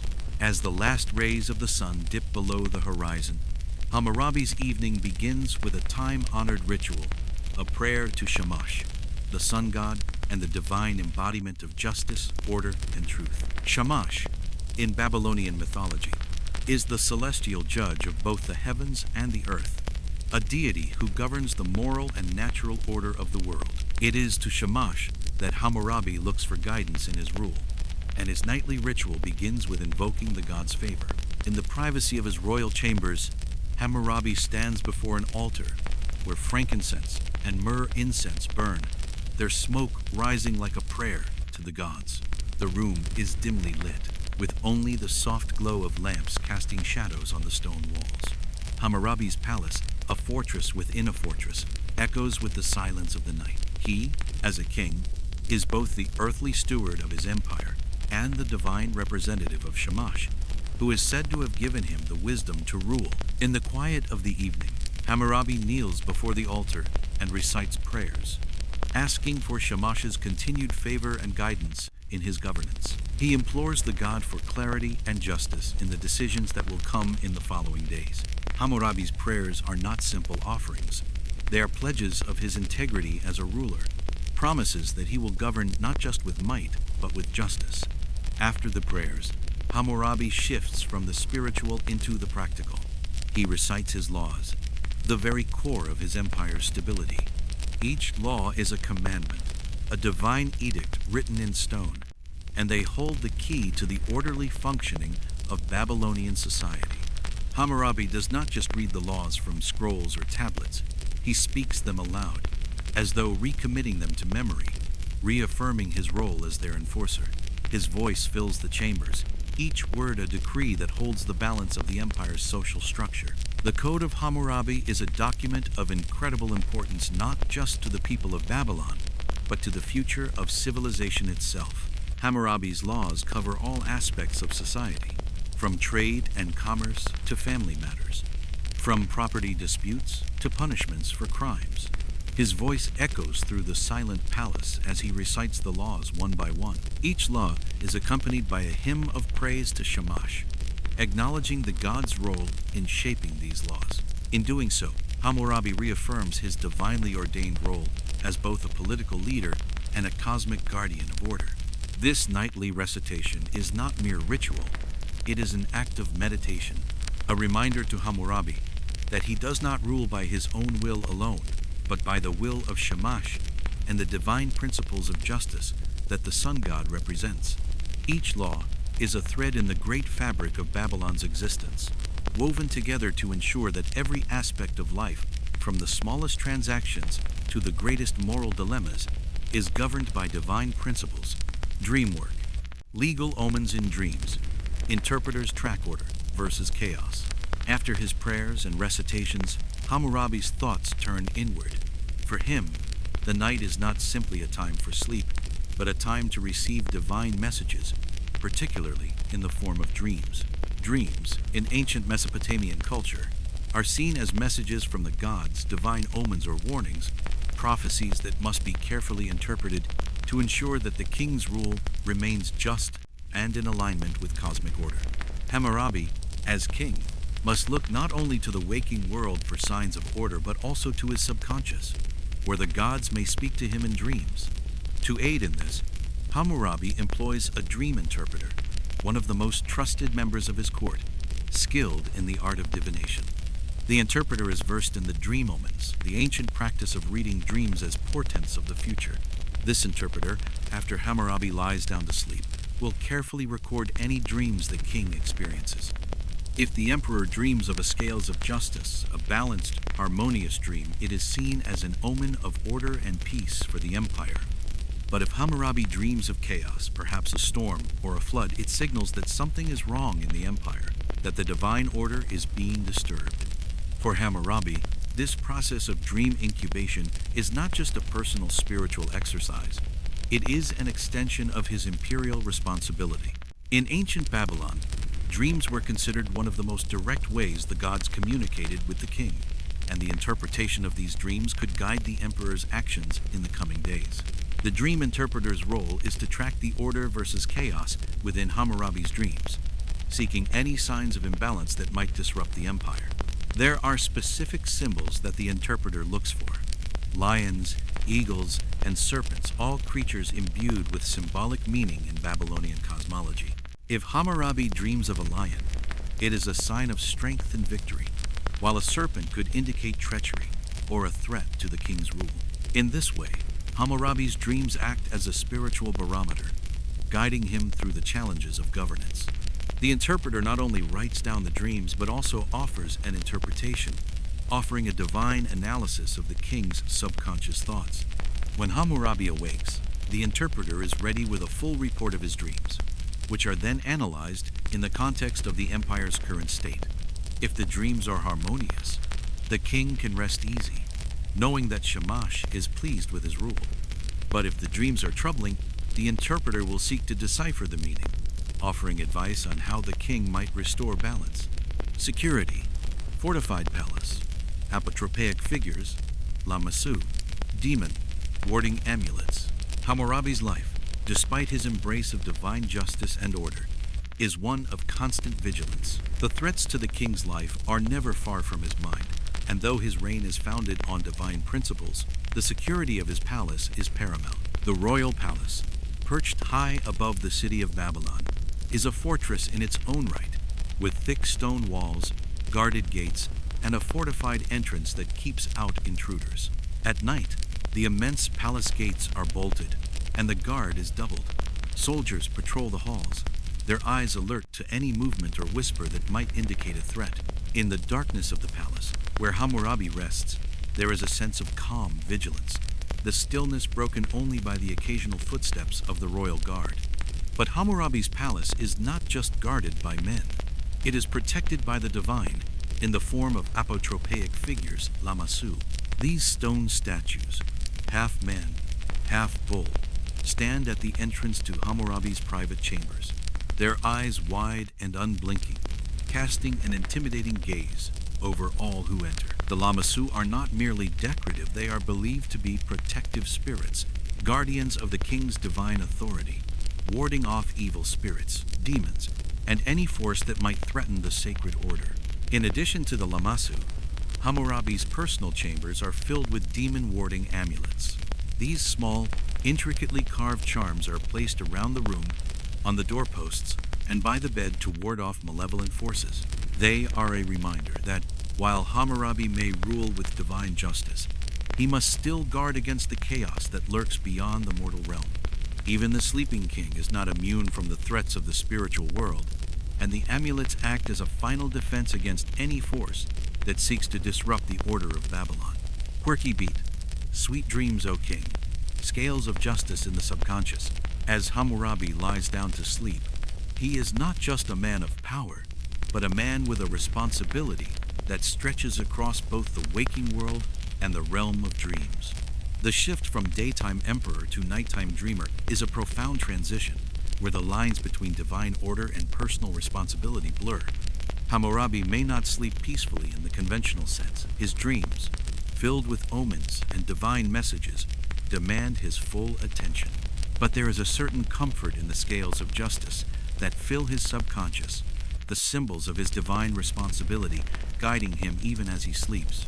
The king is never truly at rest, even in the world of dreams. His reign, his code, and the divine justice he upholds extend beyond the waking hours into the very fabric of his subconscious. And so, as Hammurabi falls into slumber, his thoughts are not of the battlefield or political intrigue, but of justice, the eternal scales that weigh the actions of men, of kings, of emperors. Hammurabi may not be aware of the subtle ways in which his dreams unfold, but they are always there, providing guidance from a realm beyond. As the night deepens and the silence of the palace wraps itself around the emperor, the scales of justice remain in his dreams, weighing not just the empire, but his very soul.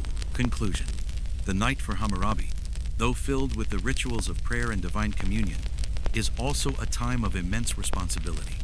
As he lies on his bed, surrounded by the symbols of divine justice and protected by lamassu and demon-warding amulets, he is reminded that his role as king extends beyond mere governance.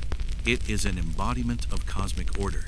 His dreams, filled with omens and divine messages, guide him as he continues to shape his empire, ensuring that justice reigns not just in the physical world, but in the realm of the gods. From the prayer to Shamash to the recitation of his laws, Hammurabi's nightly routine is a sacred act, ensuring that both he and his empire remain aligned with the divine principles of order and truth. His dreams are not just dreams, they are divine messages, a means by which the gods communicate with him to ensure that his reign remains just and righteous.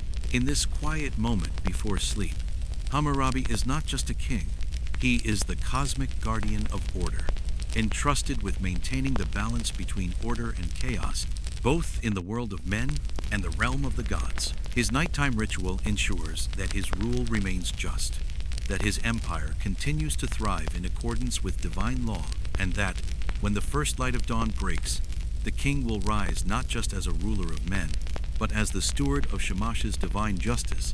Section 8. Andes, the Sapa Inca's golden cocoon. In the vast expanse of the Andes Mountains, where the peaks scrape the sky and the air is thin, the Sapa Inca, the living son of the sun god Inti, resides in the sacred capital of Cusco. This city, nestled within the mountain valleys, is a marvel of ancient architecture, where massive stone walls, precisely cut and stacked, form the core of an empire that stretches over vast territories, from the coast to the highlands. The Inca Empire, known for its unyielding power and complex political structure, stands as one of the most sophisticated civilizations in the pre-Columbian Americas. At the heart of this empire is the Sapa Inca, the emperor, divine and human ruler of all the lands under the sun.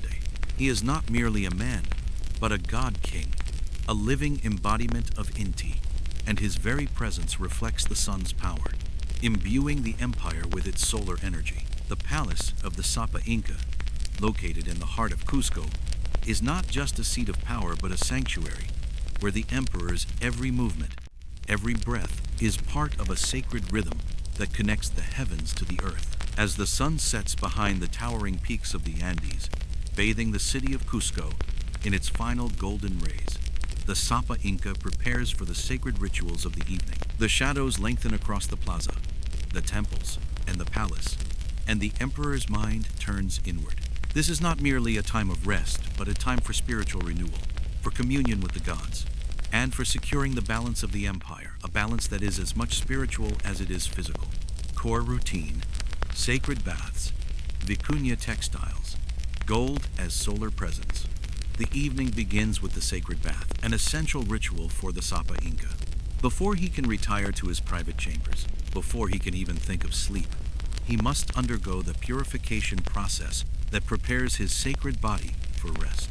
The bath is a deeply symbolic act, one that connects him to the cosmic order of the universe, to the earth and to the sun. This is no ordinary bath. It is a ceremonial act of purification, an act that ensures the emperor's spiritual cleanliness, as the Inca believed that to be in the presence of the gods, one must be in a state of pure physical and spiritual harmony. The bath itself is performed with sacred waters drawn from highland springs, blessed by the priests who oversee the purification rituals. These waters are considered holy, infused with the energy of the mountain gods and the earth's vitality. The Sapa Inca is bathed by his attendants, who are of noble birth, their movements slow and reverent as they cleanse the emperor's skin with herbal infusions. The scents of muna, cancha, and coca fill the air, their fragrances mingling with the incense that burns in the background, filling the room with a heady, sacred smoke.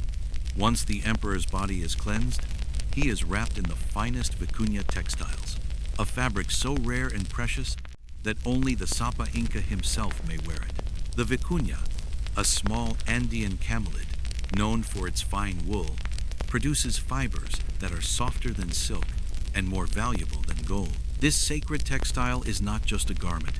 It is a symbol of divine purity and the emperor's special connection to the god. The Sapa Inca's robes are designed not simply for comfort or display, but to serve as a solar presence, a reflection of Inti's power on earth. The golden hues of the vicuña wool shimmer like the sun itself, a constant reminder that the emperor is not just a ruler, but a divine being, clothed in the essence of Inti's light. As the Sapa Inca wears his golden-clad robe, he is more than a man. He is a living embodiment of the Sunday.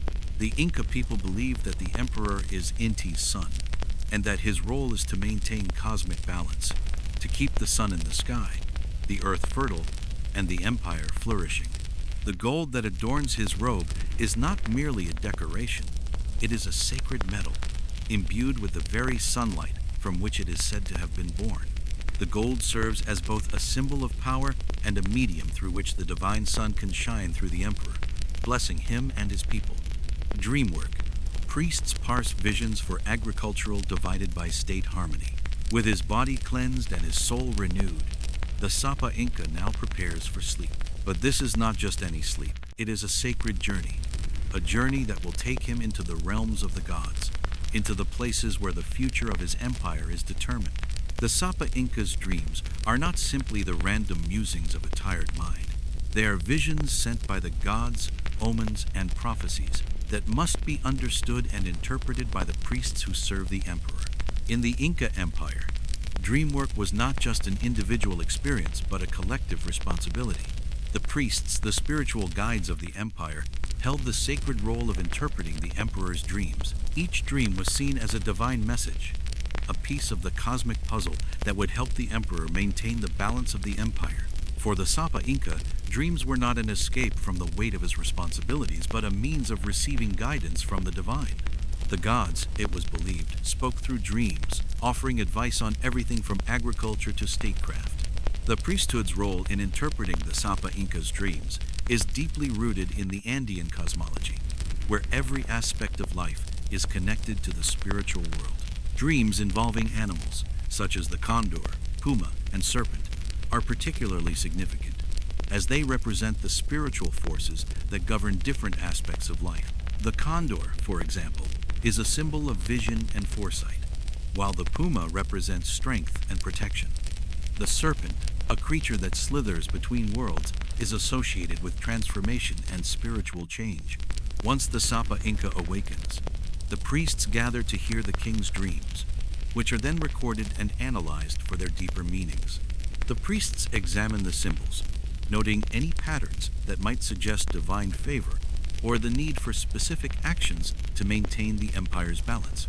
For instance, a dream of a lush harvest might be interpreted as a sign of prosperity and fertility for the coming year, while a dream of a drought or earthquake might be a warning of imbalance or divine displeasure. The dreams are then shared with the Sapa Inca, who consults with his advisors, seeking counsel on how to respond to the messages received. Sometimes, the dreams lead to the sacrifice of animals, especially llamas or guinea pigs, whose entrails are read to further decipher the will of the gods. Other times, the emperor may adjust his policies, perhaps changing the taxation system or expanding irrigation projects to ensure the harmony of the empire. As the night deepens and the Sapa Inca prepares for sleep again, The sense of divine responsibility weighs heavily on him. His dreams are not just the whims of the unconscious.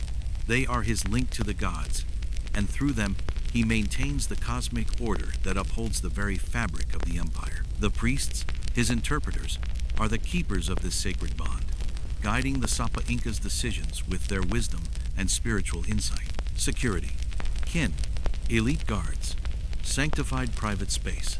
Though the Sapa Inca is revered as a divine being, his security is of utmost importance. The palace is not just a place of residence, but a fortress designed to protect the emperor and his sacred space. The palace is surrounded by thick walls and fortified gates, and access is strictly controlled. Only the elite guards, handpicked from the emperor's kin or loyal allies, are allowed entry into the emperor's private chambers. These guards are not just warriors.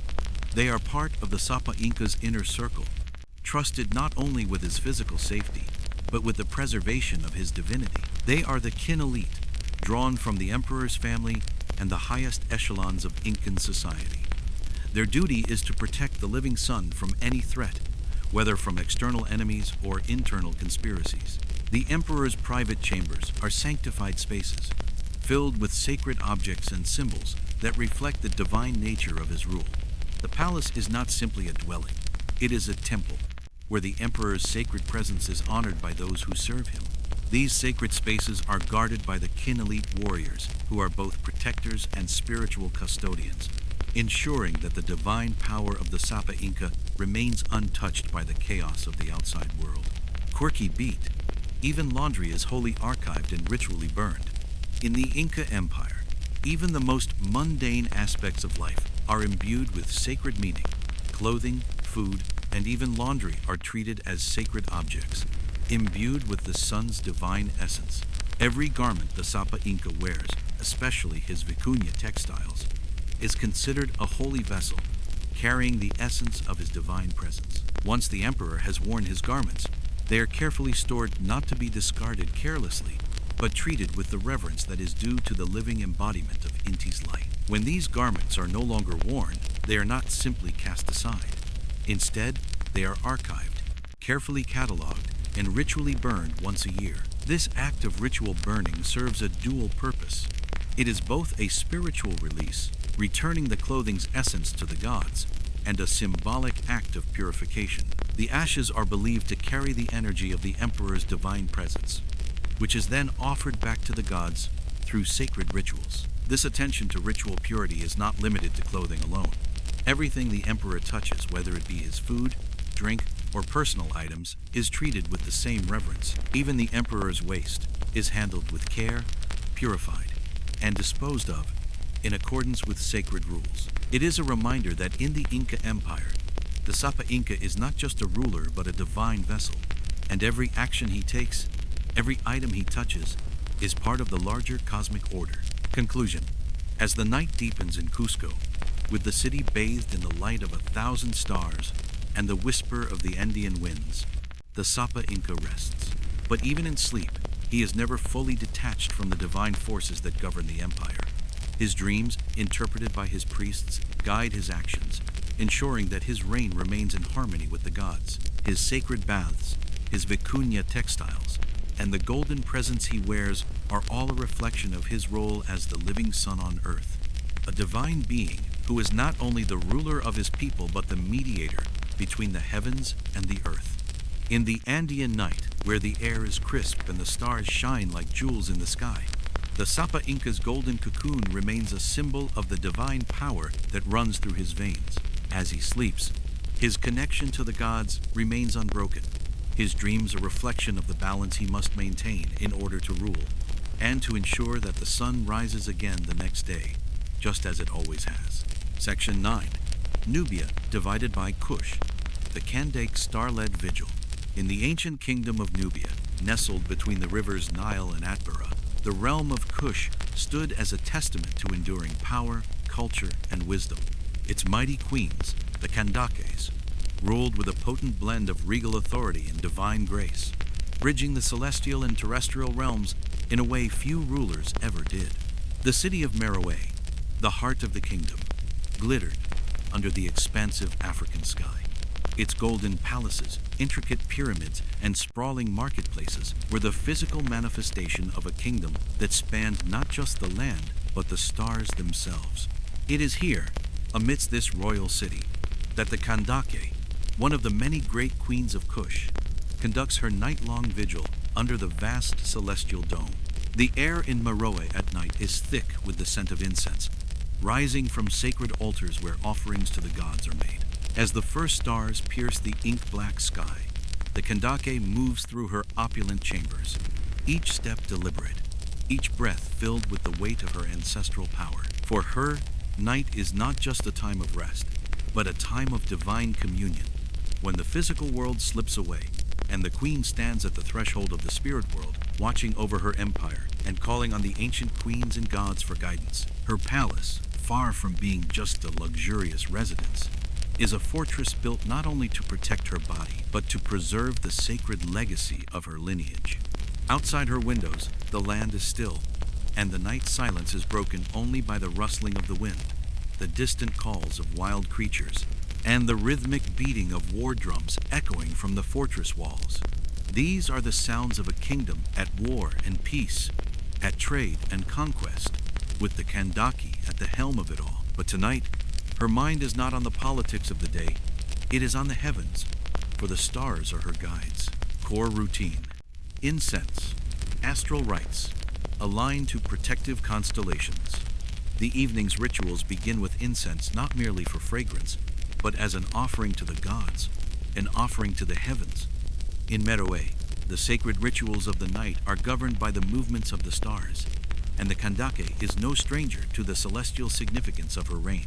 The astral rites she performs each night align her with the protective constellations, especially the lion constellations, believed to embody the strength of the sun and the fierce protection of the goddess Sekhmet, the lioness deity of war and healing. The ritual begins with the lighting of a bronze censer, filled with myrrh and frankincense, the smoke curling into the air like a spiritual bridge between earth and the heavens. As the smoke rises, the Kandake closes her eyes, breathing in deeply, drawing the sacred aroma into her lungs, as if inhaling the very breath of the gods themselves. The high priestess, draped in ceremonial robes, enters the chamber, her hands clasped around sacred objects, talismanic stones, carved with the symbols of the gods. There is an incantation, an ancient prayer spoken in the tongues of the Kushite ancestors, calling on the gods of the night, particularly the stellar lion's protective forces watching over her empire. The Kandake's voice joins with the priestesses, a rhythmic chant that flows like the Nile, steady and powerful, invoking the presence of Sekhmet, whose divine gaze protects both the ruler and her people. This astral ritual is more than a prayer, it is an act of alignment, a recognition that the queen's rulership does not exist in isolation but is connected directly to the heavens, to the cosmos, to the forces that guide the earth. The stars themselves are her protectors. The sky is a canvas of divine messages, and each constellation offers her a form of protection or wisdom. As the prayer concludes, the Kandake turns her gaze to the heavens, where the constellations of the lion shine bright in the night sky, providing her with strength. She is not alone in her rule, she is supported by divine forces, which she must honor and align with. Power frame, female rulership, ancestral queens invoked nightly. The Kandake's power is not just that of a monarch, but that of a divine descendant, chosen by the gods to carry forth the legacy of the ancient queens of Kush. These queens were not mere figures of authority.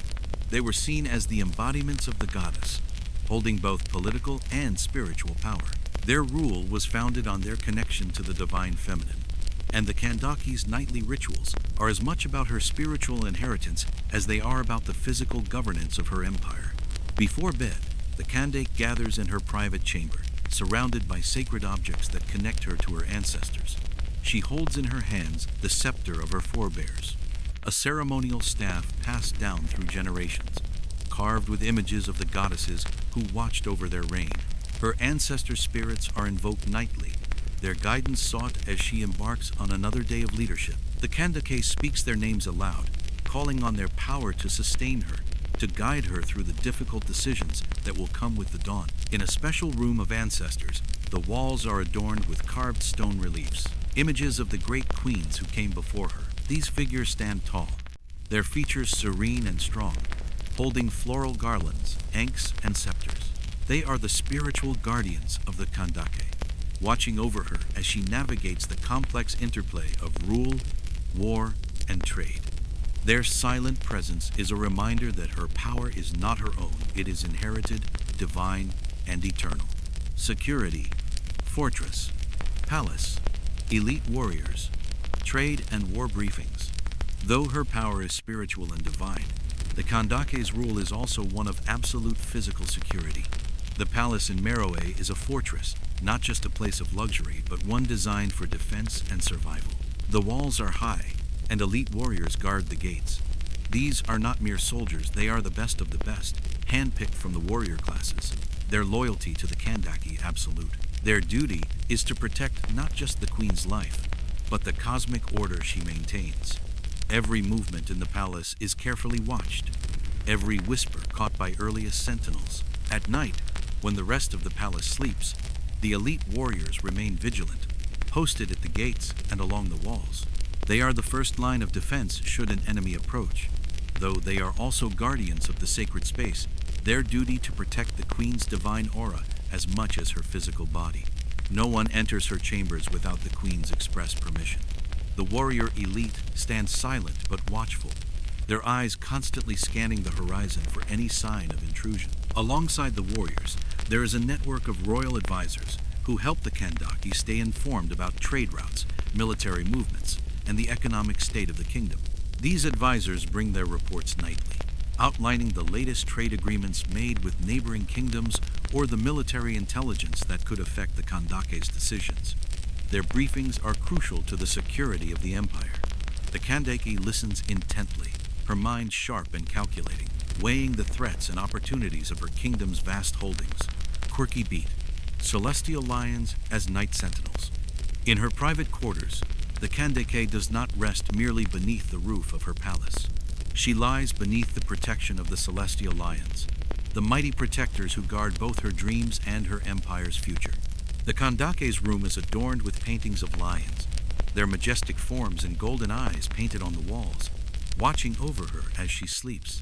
These lions are not merely decorative, they are spiritual sentinels, their presence a reminder of the divine power that stands by her side. In the Inca Empire, it was believed that certain constellations could influence the fate of rulers, and for the Kandake, the celestial lions were of utmost importance. The night stars are seen as a manifestation of divine protection, and the lions are believed to act as guardians of both heaven and earth. With their eyes fixed on the Kandake, the lions ensure that her rule remains protected, and her kingdom remains in divine favor.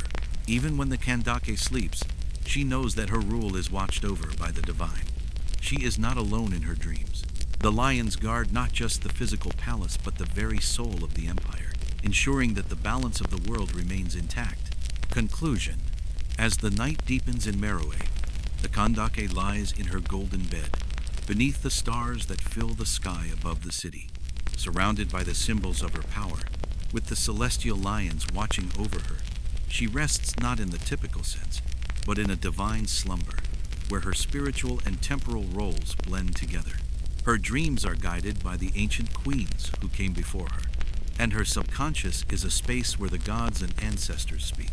Though her kingdom is vast, her rule is secure. The palace stands as a fortress, and the elite guards watch over her day and night. The astral rites she performs, aligned to the protective constellations, reinforce her divine right to rule.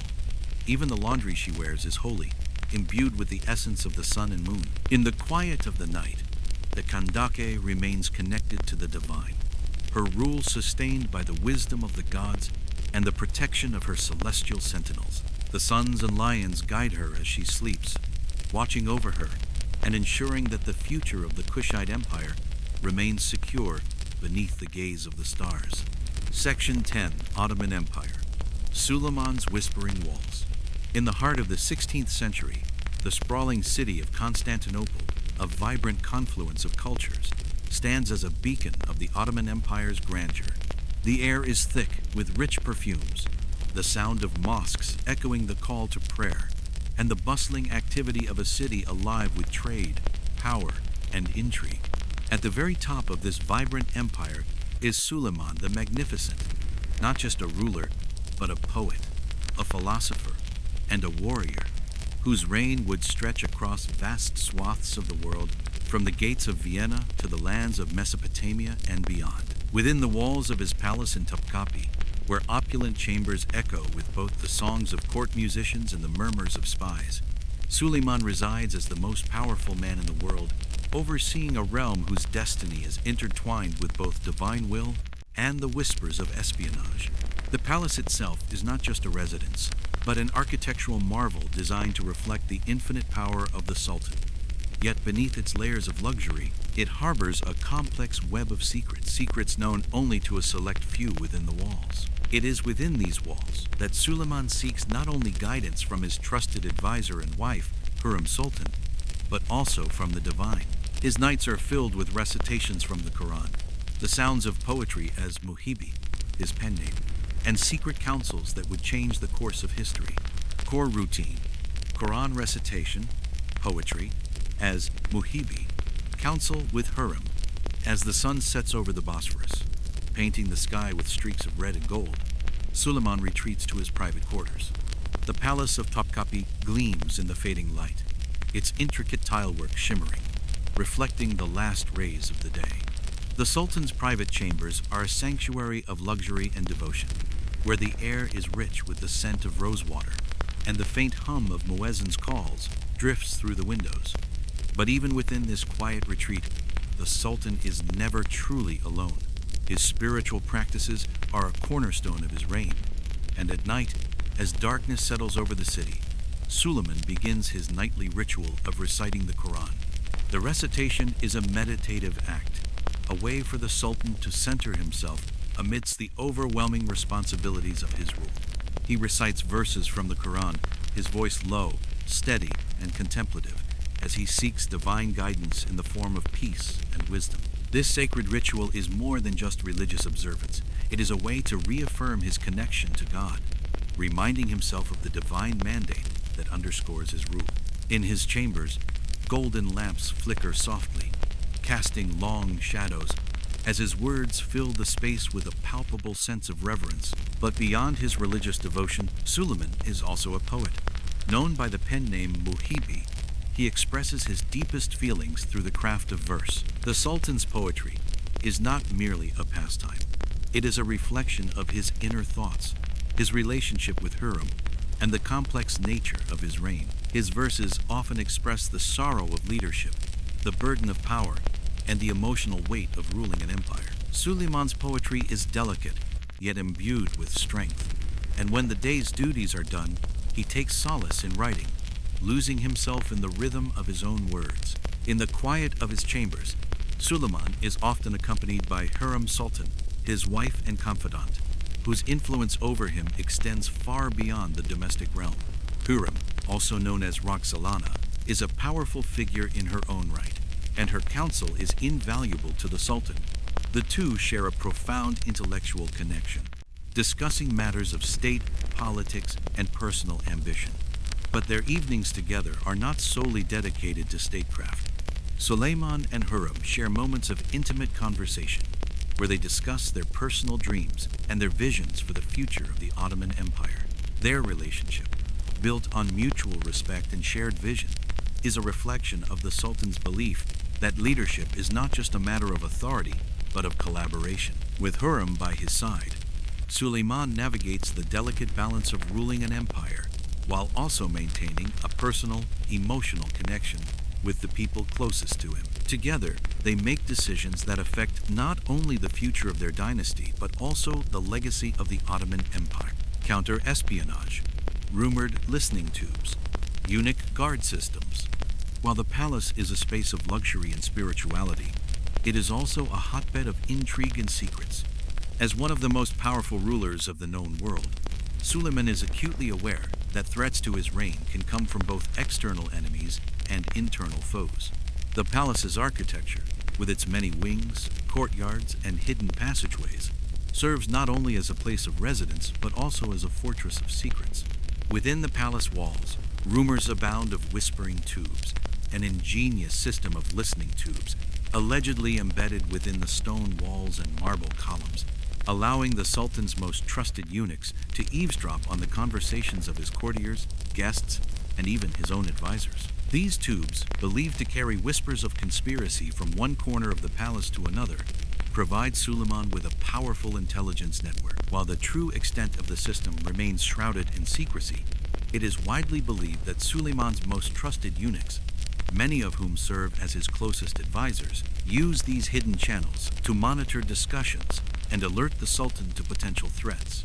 These secretive, almost surveillance-like practices are indicative of the paranoia that often accompanies absolute power. In Suleiman's world, betrayal lurks in every shadow, and even the most loyal of servants can harbor ambitions of their own.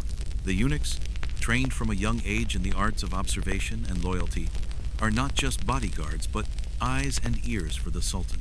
They are the silent sentinels who guard Suleiman's private thoughts and state secrets, ensuring that his intelligence networks remain firmly under his control. Within the walls of Topkapi Palace, there are few things that escape the Sultan's notice. Dreams, Islamic Tabir Ruya guides portents. But Suleiman's vigilance is not limited to the physical realm alone. As a ruler who is deeply attuned to the spiritual and divine forces at work in the world, he places great importance on dreams, those messages from the subconscious that he believes offer guidance, omens, and insights into the future.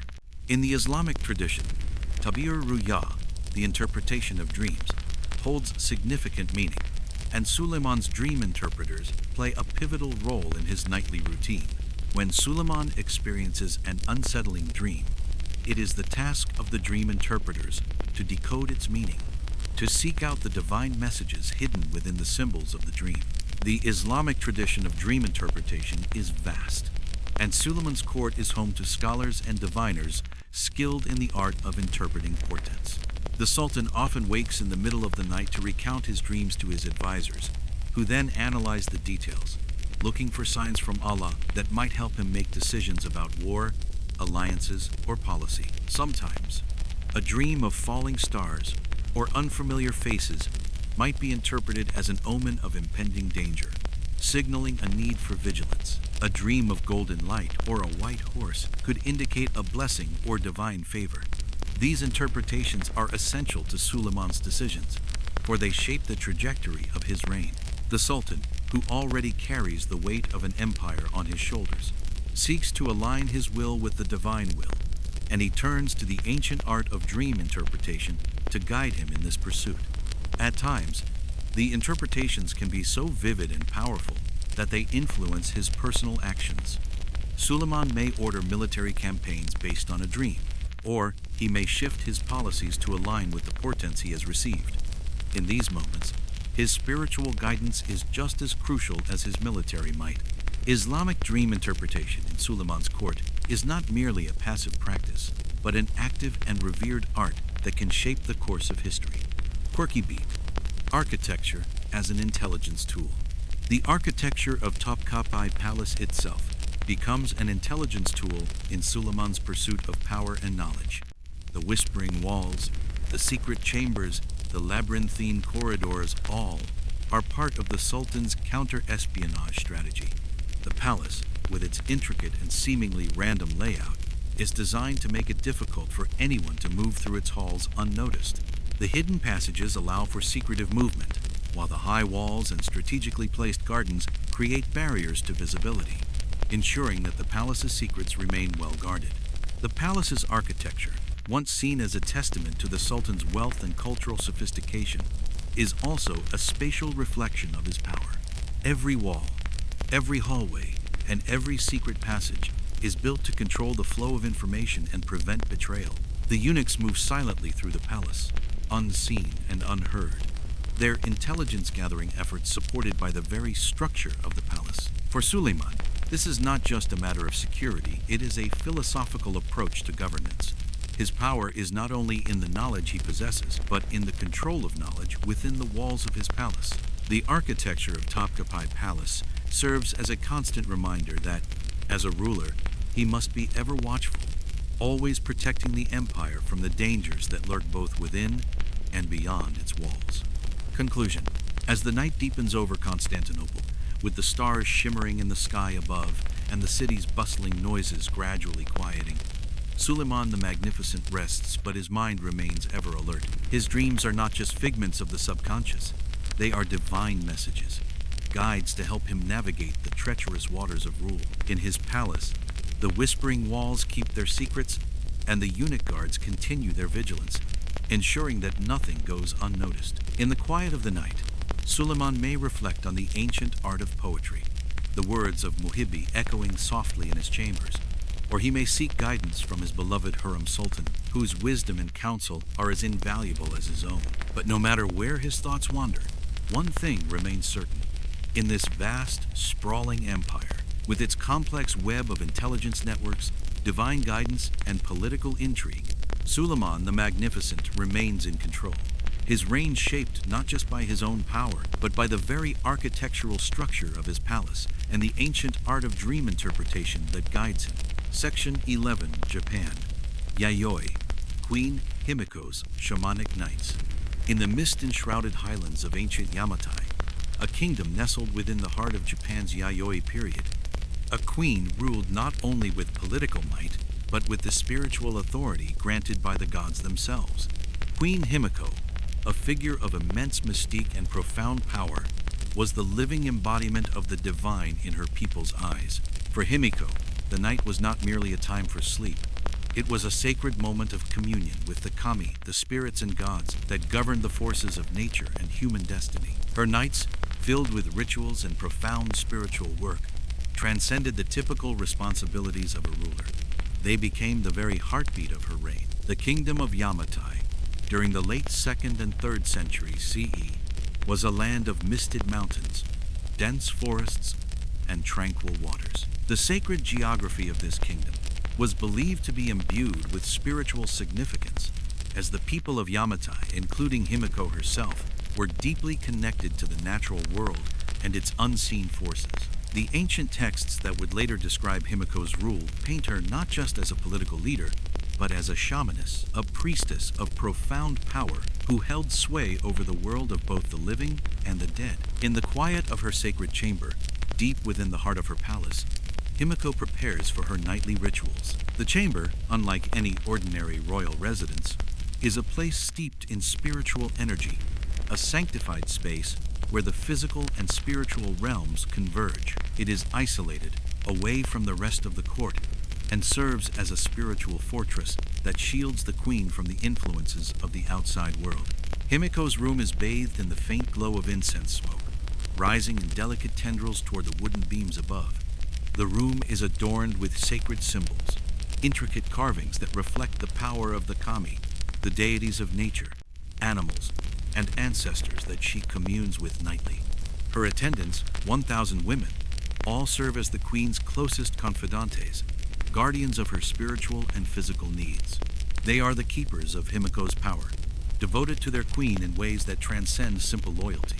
Each of them is trained in the ways of the kami, for they must support Himiko in every aspect of her role as the living conduit between the world of men and the divine. Yet, despite this large and loyal entourage, there is only one male who holds sway in her inner circle, her younger brother, a singular figure allowed to communicate directly with Himiko during the rituals. The brother acts as her intermediary, the sole male figure who is permitted to serve the queen in this uniquely spiritual relationship. Core routine: misogi, purifications; trance divided by chant for kami communion. As evening falls, Himiko begins her ritual preparations. The air is thick with the fragrance of sacred herbs, sandalwood, frankincense, and the subtle tang of cedar and the sounds of the forest beyond the palace walls filter in through the open windows. These are not ordinary sounds of the forest, however. To Himiko, they are the voices of the gods, whispering on the wind, guiding her and warning her of the future. Her first act of the evening is misogi, a ritual of purification. Misogi involves the queen cleansing her body and soul, ridding herself of impurities to enter the realm of the divine with a pure heart and spirit. She begins by bathing in sacred waters, the cool, refreshing liquid washing over her skin as she closes her eyes, allowing the water to cleanse not only her body but her very soul. The water is drawn from a sacred spring, considered to be imbued with divine power. The ritual bath serves as a symbolic act of rebirth, as if washing away the weight of the earthly world in preparation for the spiritual journey ahead. Once the purifications are complete, Himiko steps out of the water, her skin glistening in the dim light of the chamber. She dons the sacred garments of her role, robes of fine silk embroidered with patterns representing the gods. Her movements deliberate as she prepares herself for the trance that will follow. The entire room is silent, save for the faint rustling of the silk as the queen moves. With a deep breath, Himiko begins her chanting. Her voice rises and falls in rhythmic cadences, a melody that reverberates with spiritual resonance. The words she speaks are ancient, passed down from her ancestors, a language known only to her and her closest attendants. It is a language of the gods, one that binds her to the spirit world, opening the door between the living and the divine. The chants she speaks are not mere prayers. They are invocations, calls to the kami, the celestial beings who oversee the forces of nature, the spirits of ancestors, and the fate of her people. In this state of trance, Himiko's mind slips away from the physical realm, her body remaining still while her soul journeys into the world of the gods. Her breath slows, and the flickering of the candle seems to synchronize with her own heartbeat. For her attendants, the room becomes a place of deep reverence, for they understand that the queen is no longer fully present in the mortal world. She is crossing into the spiritual realm, where the kami speak to her, offering visions of future battles, harvests, and omens of power. Court protocol. 1,000 women attendants. Brother as sole male intermediary. Himiko's power is unique not just because of her spiritual connection to the kami, but because of the way her court protocol functions. The 1,000 women who serve her are more than mere attendants. They are custodians of the sacred, each one trained in rituals and spiritual practices that allow them to commune with the kami. In the evenings, the women assemble in the palace's main hall, their voices rising in unison in a song of devotion to their queen. Their presence serves as a reminder that the queen's authority is not hers alone, but shared with the spiritual forces that guide her. Yet, in this space, there is a strict hierarchy. Himiko's brother remains the only male permitted access to her during her trance-like rituals. His role is to act as an intermediary, to communicate with the queen when she is in the divine state. For Himiko's connection to the spiritual world is so profound that the world of men can barely touch it. In a world governed by ancient traditions, this male figure, her brother, holds a unique position. He is both guardian and confidant, serving as the physical bridge between the human world and the spiritual one. His role is complex. He is not only a protector of the queen, but also a channel through which divine messages pass. When Himiko enters her trance, it is often her brother who assists in interpreting the visions she receives. He listens carefully to her words, their meaning often cryptic and laden with symbolism. He is not only her physical servant, but also her spiritual partner, tasked with ensuring that the god's messages reach the queen without distortion. Though the court is filled with thousands of women, it is Himiko's brother who serves as the key interpreter of her divine visions. His position is so sacred that no other man may enter her chambers during these ceremonies. This practice ensures that Himiko's purity remains intact, and that no man may interfere with her spiritual communion with the gods. Security. Sacred isolation as protection. Unlike the palaces of other rulers, Himiko's palace is a sanctuary, a place designed not only to protect her physical body, but to preserve her spiritual essence. The walls of her palace are high, and the chambers in which she holds her nightly rituals are isolated from the rest of the court. No man may enter her space uninvited, and the only male presence allowed is her brother, who occupies a sacred role as her intermediary. The palace's design reflects this sense of sacred isolation. The rooms are constructed in a way that separates the queen's sacred space from the political intrigues of the outside world. Guards posted outside the queen's chambers are elite warriors, selected for their loyalty and their understanding of the importance of Himiko's sacred role. These warriors are tasked with ensuring that no one can disrupt the queen's rituals or bring harm to her. The guards do not simply protect her from physical threats, they protect her spiritual essence from the forces of disruption that might seek to undermine her connection to the kami. Quirky beat. Governance by oracle visions as policy. For Himiko, the shamanic rituals she conducts are not just acts of spiritual devotion, they are also a vital part of her governance. The visions she receives during her trance serve as policy. They guide her decisions on matters ranging from war to trade and diplomacy. As a queen whose authority is grounded in her divine connection, Himiko believes that her visions are more than just dreams. They are instructions from the kami themselves, offering insight into the future of her kingdom. After each trance, Himiko recounts her visions to her court, her brother translating and interpreting the divine messages for the benefit of all. The court listens intently, for the queen's words carry the weight of divine will. It is through these visions that Himiko's policy takes shape. If the gods speak of peace in a vision, the queen may negotiate treaties with neighboring kingdoms. If the gods foretell disaster, the queen may prepare her people for war or famine. In this way, Himiko's governance is guided not by the earthly concerns of her advisors, but by the divine forces that she believes control the fate of her people. Her decisions are based not on the politics of the court, but on the spiritual guidance she receives during her nightly rituals. This system of governance by oracle is unique, and it underscores the profound role that spirituality plays in the leadership of Yamatai. Conclusion. As the night stretches on and the moon rises higher over the mountains of Yamatai, Queen Himiko continues her vigil, surrounded by the 1,000 women attendants who serve her, protected by her brother, the only man allowed to speak to her during the sacred trance. She remains a figure both earthly and divine, a queen who rules not just with power but with the guidance of the gods themselves.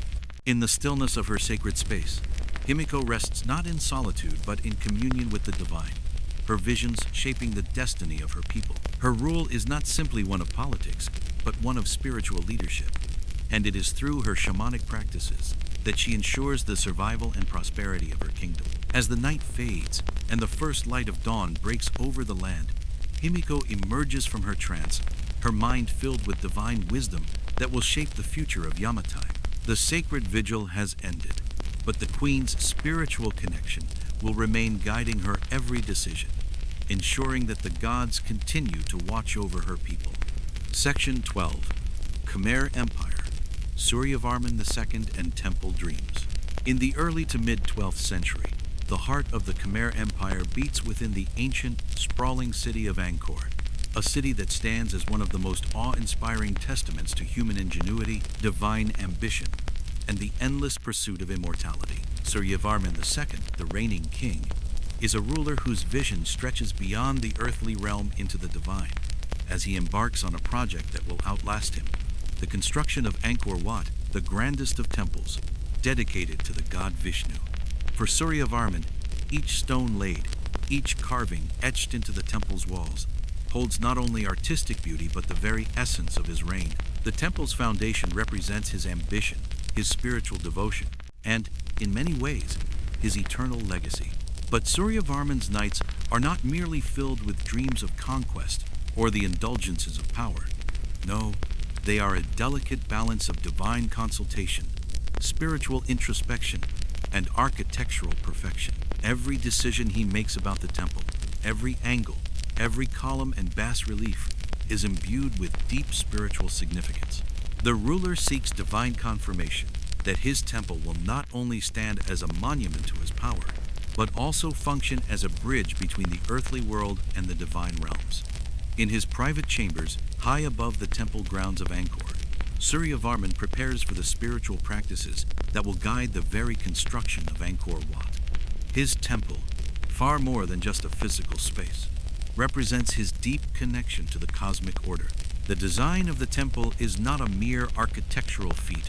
It is a sacred undertaking that must align perfectly with the laws of the universe, the geometry of the cosmos, and the will of Vishnu, the god to whom the temple is dedicated. Core routine, sacred geometry reviews, prayers to Vishnu, ritual baths. As night falls over the city of Angkor, the first light of dusk reflects off the temples, bathing the city in a soft golden glow. The sounds of the busy market, the chants of priests, and the rhythmic pounding of the temple builders fade into a quiet hum as Suryavarman retires to his private quarters.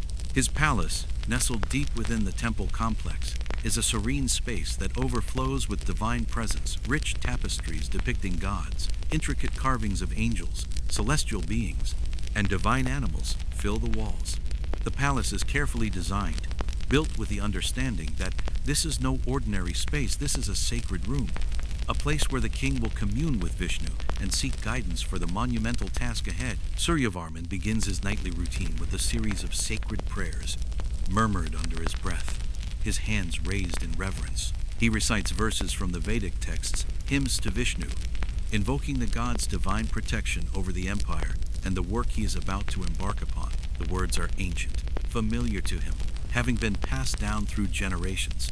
They are not just prayers, they are invocations, calls to the divine to bless his rule and sanctify his vision. But Suryavarman's spiritual routine does not stop there.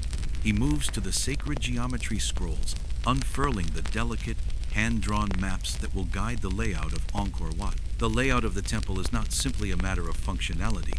It is a matter of divine balance, rooted in the ancient science of sacred geometry. Suryavarman, a scholar king, has spent countless hours poring over the lines, the angles, and the proportions that make up the structure. He seeks divine symmetry, the precise alignment that will make the temple a physical embodiment of cosmic order. As he studies the sacred diagrams, the temple's plan begins to come alive in his mind. The precise measurements will align the temple's structure with the movement of the stars and the path of the Sunday. It will symbolize the creation of the universe, as the temple's central tower will point toward the cosmic mountain, the sacred Meru, the axis of the universe. It is a task that requires more than just architectural knowledge. It requires spiritual insight. The geometry of the temple will serve as the body of the god, and the king's role is to ensure that every dimension is correct, that the space between each stone corresponds with the divine pattern of the universe. Once the geometry is reviewed, the king moves to the final part of his ritual purification. The ritual bath, unlike any common cleansing, is an act of spiritual renewal. The water, brought to him by his priests, is infused with fragrant oils, sandalwood, jasmine, and lotus blossoms to prepare the king's body and soul for the divine work ahead. The bath itself is a symbolic act, as the water is not just for physical cleanliness, but to wash away the impurities of the day, and to prepare the king to enter the presence of the gods. As the water flows over his body, Suryavarman reflects on the weight of his task. Dream incubation, plausible, seeking signs for Angkor Wat's design divided by efficacy. After his bath, Suryavarman settles down on his cushioned divan, where the flickering oil lamps cast soft shadows across the room. The king's thoughts are not consumed with the mundane tasks of the day, the decisions of governance, or the administration of the empire. Instead, his mind is focused on the great temple and its divine purpose. His sleep will be the space where his visions come to him, where he will receive the guidance of Vishnu, the confirmation that the design of Angkor Wat will fulfill its purpose as the divine bridge between the heavens and the earth. The practice of dream incubation is ancient, an art perfected by kings who sought divine counsel through their dreams. Suryavarman, aware of this tradition, has surrounded himself with sacred relics, small idols of Vishnu, golden statues, and carved symbols that represent the divine forces he wishes to invoke. The king places these objects of power around him as he lies down to sleep, hoping that they will bring clarity and guidance in his dreams. Suryavarman's dreams are not just personal reflections, they are portents of destiny, messages from the gods. The king's dream interpreters will be called upon to decipher the symbols and messages that appear during his sleep. He may dream of Vishnu, of cosmic mountains, of celestial realms. These dreams, in the context of his reign, will guide him on matters of policy, the temple's construction, and even decisions of war and peace. One recurring dream the king has involves a celestial being, a figure cloaked in golden light, walking across the waters of a great barai, the artificial reservoirs of Angkor. The figure steps upon the waters as if walking on solid ground, and in the dream, it gazes upon the still reflection of the sky. The waters are perfectly calm, and the reflection is so vivid it feels like a parallel world. The imagery, for Suryavarman, is clear. The beret is not just a reservoir. It is the divine gateway, a reflection of the heavens on earth. And in the king's vision, the celestial figure walking on the water symbolizes the divine presence that will inhabit the temple, its purpose to bring order and harmony to the empire. The design of Angkor Wat itself, he believes, will be a reflection of the heavens, a physical manifestation of the celestial forces he is tasked with honoring. Upon waking, Suryavarman immediately calls upon his priests and dream interpreters to analyze the symbolism of the dream. They will spend hours discussing the meaning of the celestial figure, the water, and the golden light. It is believed that these symbols point toward a successful construction of the temple, one that will be blessed by Vishnu and bring the king eternal divine favor. The interpreters will confirm that the temple's design aligns with the cosmic laws, that the sacred geometry of the structure will indeed fulfill its purpose. Security, royal bodyguards, walled capital, and beret system.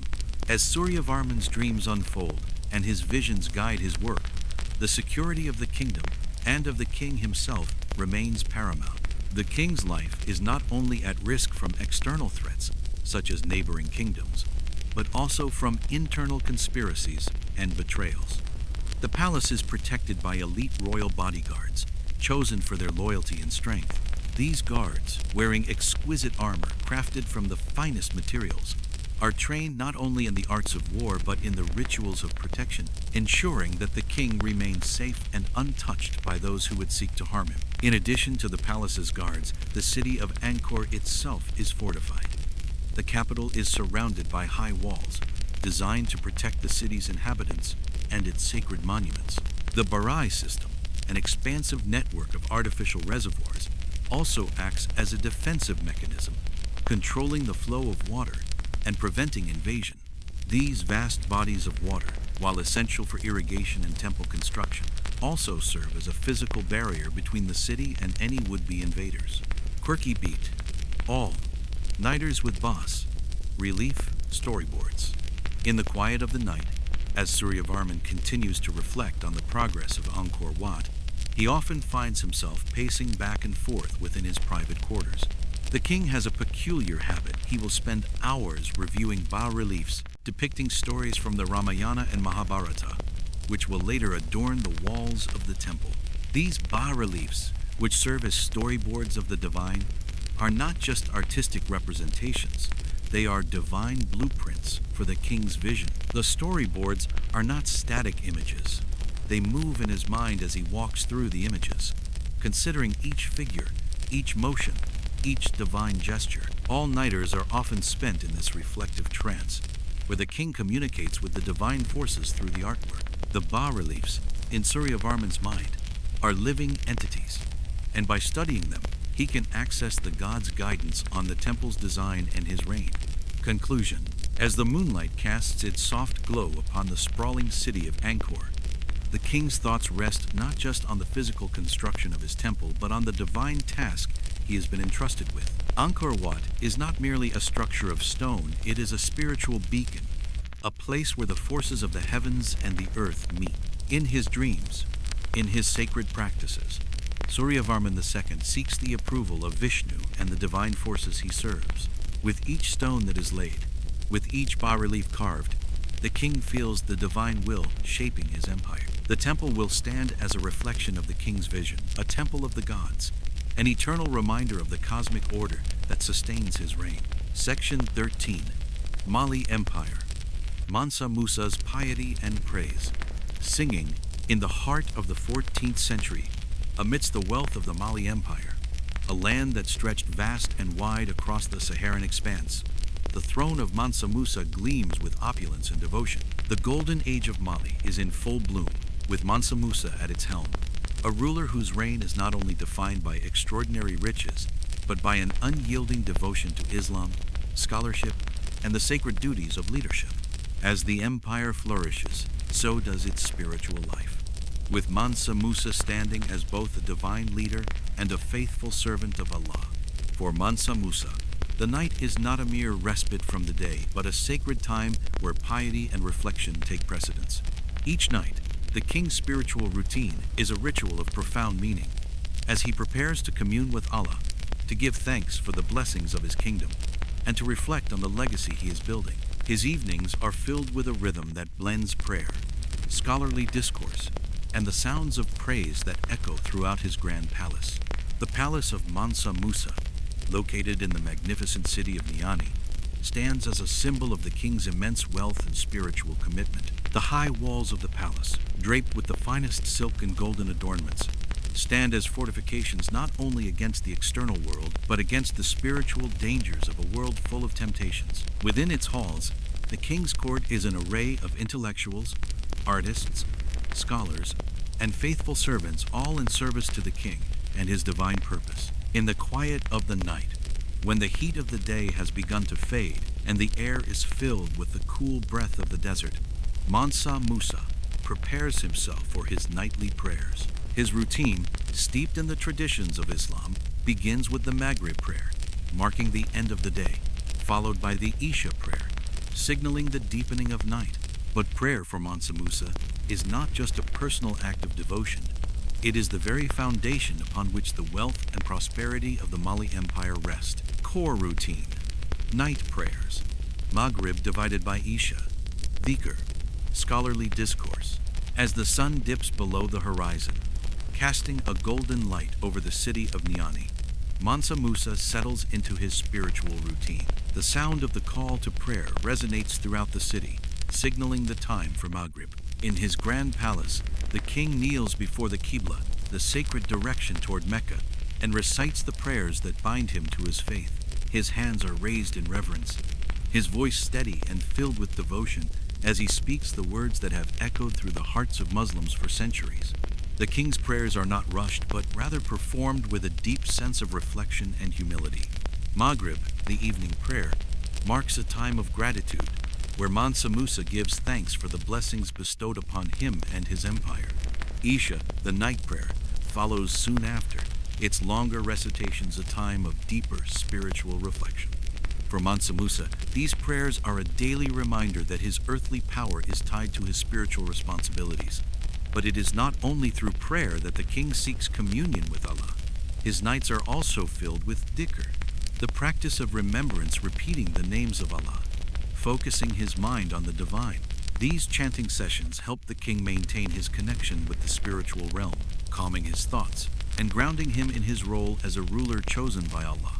The repetition of holy names is a means of achieving both spiritual peace and clarity, especially as Mansa Musa contemplates the decisions of the day and the challenges that lie ahead. Court soundscape: griots with kora, divided by balafon praise epics. The rhythm of Mansa Musa's evenings is further shaped by the sounds of the court, the voices of griots, and the melodies of traditional instruments that fill the air of the palace. The griot, the master storyteller and historian of the Mande peoples, is an essential part of the royal court, a figure who preserves the history of the empire and the lineage of the king. The griots are not just historians. They are also the praise singers, the musicians who accompany the king's rituals with songs that elevate him to the status of a living legend. As the night deepens, the griots take their place in the palace courtyard, their voices rising in song, telling the stories of Mansa Musa's lineage and the epic feats of his ancestors. The kora, a large harp-like instrument, and the balafon, a wooden percussion instrument, provide the musical backdrop to these tales, filling the night air with melodies that are as much a spiritual offering as they are a musical performance. The sound of the griots' voices is haunting and beautiful, weaving a tapestry of history and praise. Their songs are more than just entertainment. They are acts of devotion that honor the king and his reign. The griots sing of the king's wisdom, his justice, and his generosity. They weave tales of the king's pilgrimage to Mecca, his incredible wealth, and the blessing he brings to the Mali Empire. For Mansa Musa, these nightly performances are not mere background noise. They are a spiritual ritual, one that reinforces his connection to his ancestors, to the divine, and to the people he rules. The griot songs reaffirm the king's status as the chosen ruler, one whose reign is blessed by the gods and whose wealth is a divine gift. Security protocol: heavy court, elite guards. Even as the king gives himself to the sacred practices of prayer and reflection, the affairs of the empire do not stop. The palace is a hub of activity, with courtiers, advisors, and military leaders constantly in motion. Mansa Musa's security is paramount, and his court operates under a system of rigid protocol designed to protect the king's life and preserve the integrity of his reign. The king is protected by his elite bodyguards, a select group of warriors who are among the most trusted and loyal in the empire. These guards are not only trained in the art of combat, but in the subtleties of court politics and security protocols. They are ever watchful, ensuring that the king is protected from both external threats and any internal conspiracies that may arise. As Mansa Musa spends his nights in spiritual reflection, his guards are stationed at the palace entrances, standing vigilant against any potential threats. The palace's fortified gates, secret passages, and hidden chambers are all part of the elaborate defense system designed to protect the king and the secrets of his reign. Security protocols are not limited to the physical protection of the king. They extend to the administrative aspects of the court as well. Advisors and courtiers are carefully vetted, their loyalty to the king constantly tested. Mansa Musa trusts only the most devoted and faithful to hold positions of power in his court, as the slightest hint of disloyalty could destabilize his empire. Quirky Beat, a lullaby of lineage and learning golden economy humming. While Mansa Musa's nights are filled with prayers, praise, and security concerns, they are also a time when the golden economy of the Mali Empire hums in the background, a constant reminder of the wealth that fuels the king's spiritual pursuits. The empire's vast reserves of gold are the foundation of Mansa Musa's power, and though the king is immersed in his spiritual life, he is always aware of the importance of maintaining the flow of wealth that supports his rule. The king's wealth has allowed him to become a patron of learning and a champion of scholarship. The city of Timbuktu, under his reign, becomes a center of intellectual activity, attracting scholars and religious leaders from across the Islamic world. Mansa Musa ensures that learning is a central part of his court. Scholars and poets are invited to share their knowledge, and the preservation of knowledge becomes one of the king's highest priorities. Yet, even in his spiritual devotion, Mansa Musa cannot ignore the weight of his empire's golden economy. As he prays and reflects, the sound of the griot songs is accompanied by the gentle hum of gold trade, the ongoing flow of gold from the mines of the Sahel to the markets of North Africa and beyond. The wealth generated by the golden economy funds the king's pilgrimages, supports the building of mosques, and ensures the prosperity of the Mali Empire for generations to come. Conclusion: as Mansa Musa completes his nightly prayers and rises from his spiritual reflections, his golden empire continues to hum in the background. The griot songs fade, and the calm of the night settles over the palace once again. The empire's wealth, the faith that binds the king to his divine purpose, and the praise of his people are woven together into a tapestry of spirituality, learning, and prosperity. In the quiet of his palace, Mansa Musa prepares for the day ahead, knowing that the strength of his golden economy, the faith of his people, and his devotion to Allah will guide him in the challenges that lie ahead. As he drifts into a peaceful sleep, his mind is at ease, for he knows that the wealth of the Mali Empire, the piety of its ruler, and the legacy of his reign will continue to echo through the ages. Section 14. Ptolemaic Egypt, the scholar, Pharaoh's dream, log. In the heart of the ancient world, amidst the glorious city of Alexandria, the seat of learning, commerce, and scholarship, the reign of the Ptolemaic pharaohs unfolds. Alexandria, founded by Alexander the Great himself, is a cosmopolitan metropolis where the Mediterranean and the Nile converge, a melting pot of Greek, Egyptian, Jewish, and Persian cultures. Here, in this city of unparalleled intellectual vigor, Ptolemy II Philadelphus reigns supreme not only as a ruler of Egypt, but as a patron of knowledge, a builder of libraries, and a philosopher king, deeply invested in both the spiritual and intellectual realms of his empire. For Ptolemy II, the royal chamber is not simply a place of sleep, but a sanctuary for reflection, spiritual alignment, and intellectual consultation. Every night, the king engages in a meticulous, ritualized routine, aimed not only at securing divine favor but also at understanding the greater forces of the world. As the ruler of a blending culture, one that fuses the wisdom of both the Greek philosophers and the Egyptian mystics. His nighttime practices are as much intellectual as they are spiritual. As the moonlight casts its soft glow over the royal palace, Ptolemy prepares for a night filled with divine consultations and philosophical pondering. At the heart of his nightly routine lies a deep fascination with dreams, visions that are believed to hold divine messages from the gods, and especially from the god of healing and prophecy, Serapis. In this pyramid of thought, Ptolemy stands as a scholar priest, seeking to navigate the labyrinth of dreams, deciphering their meanings with the help of a multilingual and multinational team of dream interpreters. And so, as the grand city of Alexandria hums with the sounds of scholarly discourse and marketplace bustle, the ruler of Egypt prepares for the sacred act of dream incubation and divine reflection that will guide his reign. Core routine: symposia, scrolls, instruments, incense of Chi-Phi divided by rows. As the sun dips behind the great library of Alexandria, the palace of Ptolemy II stands in quiet grandeur along the shores of the Mediterranean Sea. Inside, the king's quarters are filled with scholarly instruments, scrolls, astrological charts, and instruments of the philosophers. The air is tinged with the scent of Chi-Phi incense, known for its soothing properties, mingling with the fragrance of rose oil, a symbol of both luxury and divinity in ancient Egypt. The king's routine begins, as always, with an intimate gathering in his private symposium, a tradition brought from the Greek world but infused with the spiritual practices of Egypt. Ptolemy's scholarly advisors, philosophers, priests, and scribes gather around him in the royal chamber, engaging in deep discussions about philosophy, theology, and the universe's mysteries. The night is young, and the air is filled with the sounds of the kithara and the flute, melodies that soothe the mind and open the heart to divine wisdom. Ptolemy, seated upon a throne cushioned with fine Egyptian linens, is no mere ruler but a philosopher king, deeply immersed in the ancient arts of Greek thought.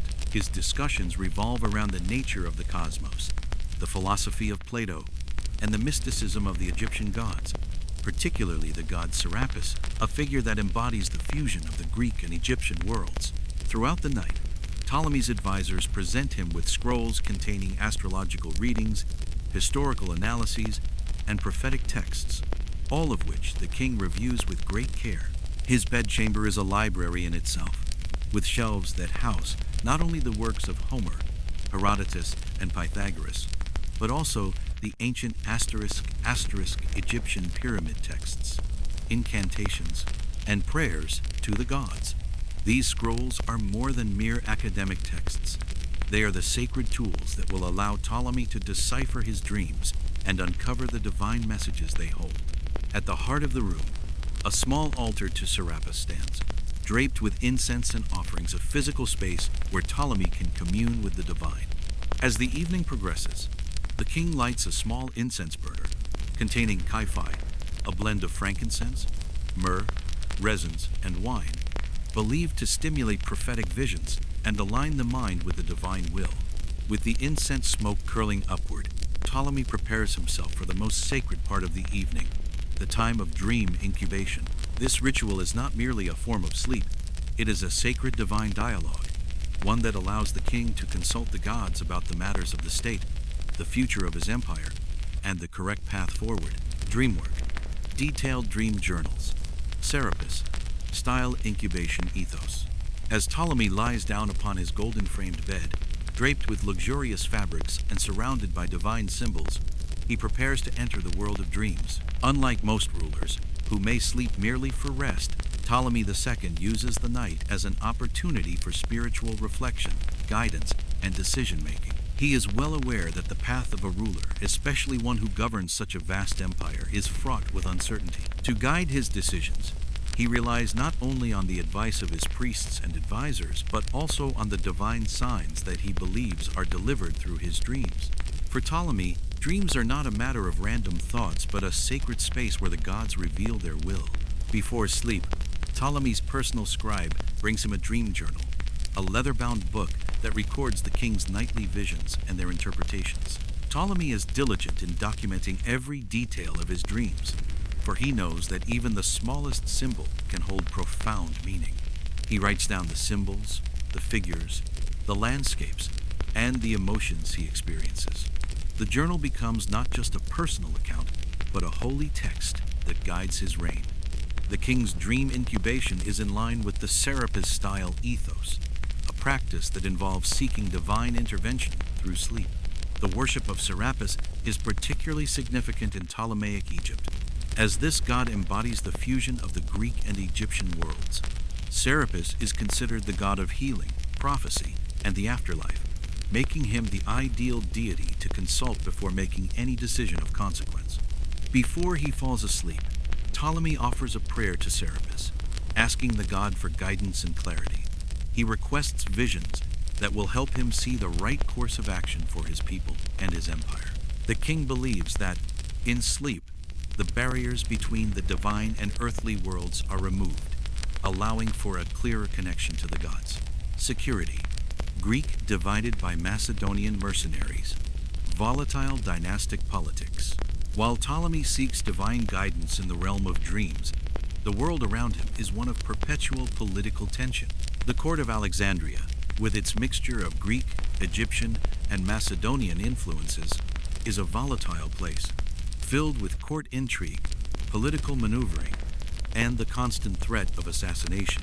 To protect the king, his palace is heavily guarded by a mixture of Greek mercenaries and Macedonian soldiers, men who have sworn loyalty to the Ptolemaic dynasty, but whose allegiances are often in flux.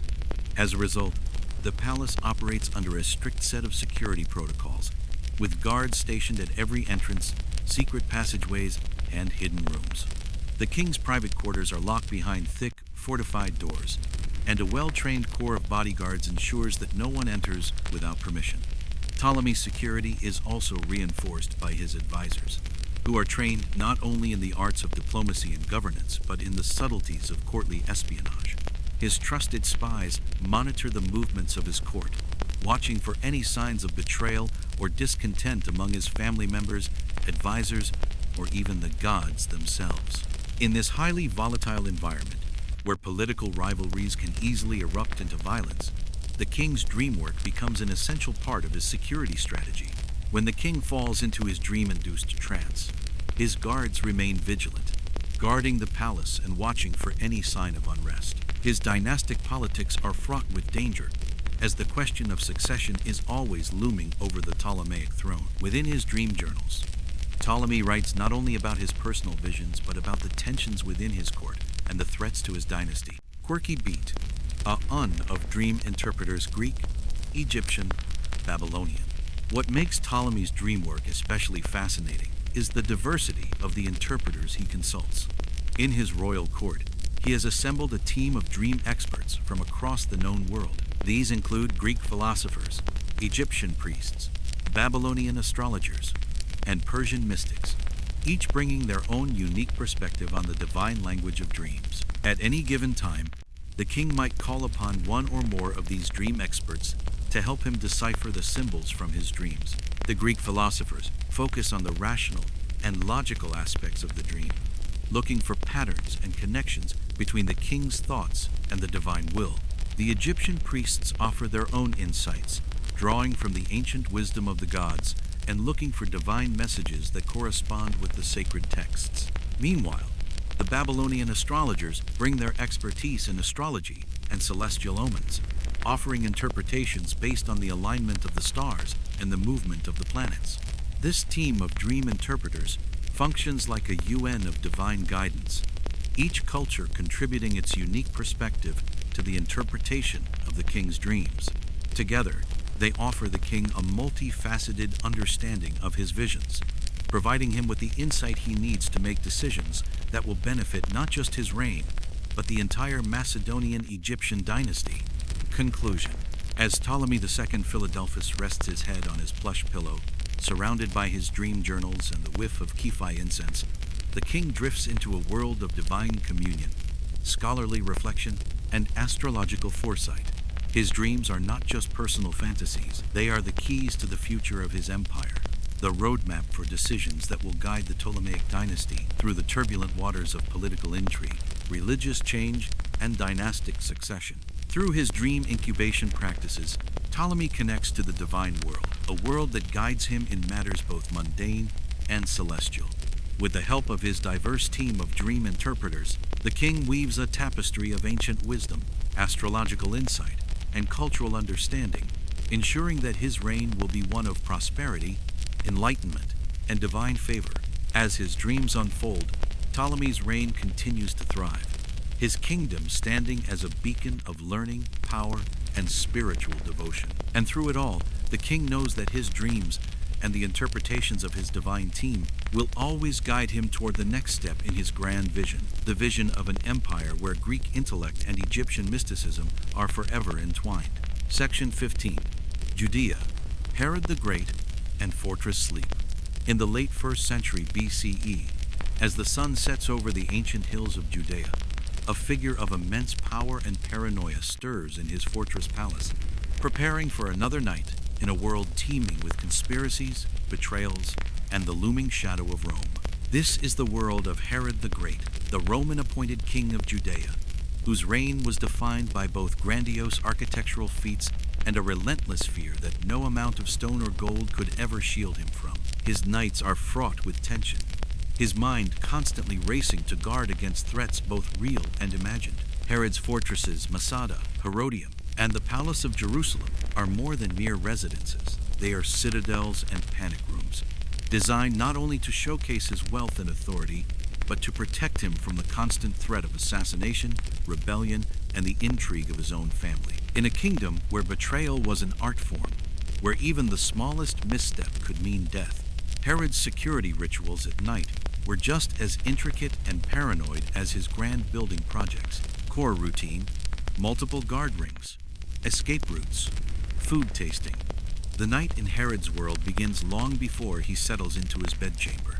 The entire palace and fortresses are locked down each evening, with a layered defense of guards, escape routes, and well-established security protocols. Herod's guards, elite mercenaries loyal to him alone, form a ring of protection around the palace, standing sentry at every door and window, ever vigilant for the slightest sign of danger. Herod, now far removed from the bustling streets of Jerusalem, lives within a network of fortresses designed with the singular purpose of protecting his life and securing his kingdom. In Masada, perched atop a steep plateau by the Dead Sea, and Herodium, a palace fortress built into a man-made hill near Bethlehem, Herod is not merely a king, but a master builder, one whose architectural vision of defensive sites ensures that, no matter the threat, he has a place to escape and protect his life. But Herod's nighttime routine isn't just about laying the foundation of a physical defense, it's about establishing psychological barriers too. The most basic of these is the Ring of Guards. These men, carefully chosen from the ranks of foreign mercenaries, Thracians, Gauls, and Germans, are Herod's most trusted. They wear the king's insignia, and their loyalty is beyond reproach. However, these guards are more than mere soldiers. They are watchful sentinels guarding the king of Judea from his greatest threat, his own mind. Even as the night deepens, Herod does not rest. His guards stand firm, their shields and spears ready, positioned around strategic points in the palace complex. Each of these guards is trained to watch for signs of treachery, to react to even the slightest suspicion. The king's mind is a tangled web of paranoia and real threat, and to manage this, Herod uses the very resources he's put into building his fortresses. As the night progresses, the king's routine is a constant shift between refinement of power and establishing greater isolation. Before dinner, each meal is tasted by his most trusted food testers, men who risk their lives each night in the service of keeping the king alive. Food tasting is no ceremonial gesture. It's a matter of survival. Herod's fear of poison is so acute that even royal feasts are tempered by this precaution. The food testers, often highly trained in the art of detection, sample everything from roasted meats to wine, ensuring no meal contains a fatal dose of toxins. Only once they report the food safe can Herod partake. But it's not just the food that is heavily regulated. Every drink, every document passed to Herod is scrutinized. It's a paranoia that rules his actions. Even as the bustling sounds of the night give way to the more intimate rhythms of his palace, his mind is constantly assessing, constantly calculating whether those around him are truly loyal or whether betrayal lurks in the shadows. Psychology. Paranoia versus real threats. Dreams as anxiety barometers. What makes Herod's nights particularly fascinating is the psychological war he waged within himself. His fear of assassination was not just rooted in real threats. It was fed by psychological anxiety about his own mortality and the fragility of power. Herod knew better than anyone that no throne is truly secure, and even the most fortified palace can be breached. It is said that Herod's mind often found no peace, his thoughts consumed by the dangers that surrounded him. Dynastic struggles, the potential for revolts, and the constant political intrigue among his family members weighed heavily on his psyche. His court was full of people who sought to sway him, manipulate him, and even overthrow him. The air was thick with suspicion, and every night, Herod would retire to his chamber not only as a king, but as a man in fear. One of the most intriguing aspects of Herod's nights is how dreams functioned as psychological barometers. Dreams, for Herod, weren't just a matter of subconscious processing. They were omens, portents, signs that spoke to him of danger, betrayal, or divine judgment. Herod believed that in the realm of sleep, the gods could send him visions that spoke directly to his soul, revealing the true threats against his rule. Unlike other kings who might seek prophetic dreams as guidance or inspiration, Herod saw his dreams as anxiety indicators. They told him how much danger he was in, and whether the threats were as imminent as his waking thoughts suggested. Often, Herod's dreams were dark and filled with portents of death, of enemies closing in, of assassins in the night. But there were times when the king would wake from sleep and scan the room, listening for the telltale sounds of footsteps in the hallway, for whispers of betrayal in the night. This fear was perhaps most vividly reflected in Herod's dreams of the past dreams, where his mind replayed the betrayals of those closest to him. The execution of his wife, Mariamne, and the deaths of his sons, each one marked by his infamous orders. Herod had lived through drama and distrust, and his dreams often replayed the violence of his reign, repeated cycles of guilt, paranoia, and vengeance. The palace at night was as much a battleground for his mind as it was for his guards. His dreams offered no peace, only glimpses of the minds of those around him, his family, his advisors, and even his trusted servants. He saw them as actors in his drama. Each moment of peaceful sleep was overshadowed by the reality that the perils of his reign were never fully gone. That one moment of carelessness could bring everything crashing down. Security architecture. Defensive sites built as palatial panic rooms. Herod's security was not merely a matter of having a few guards stationed at key points. It was the architecture itself that functioned as the king's first line of defense. Herod's palaces and fortresses were designed not just for luxury, but for survival.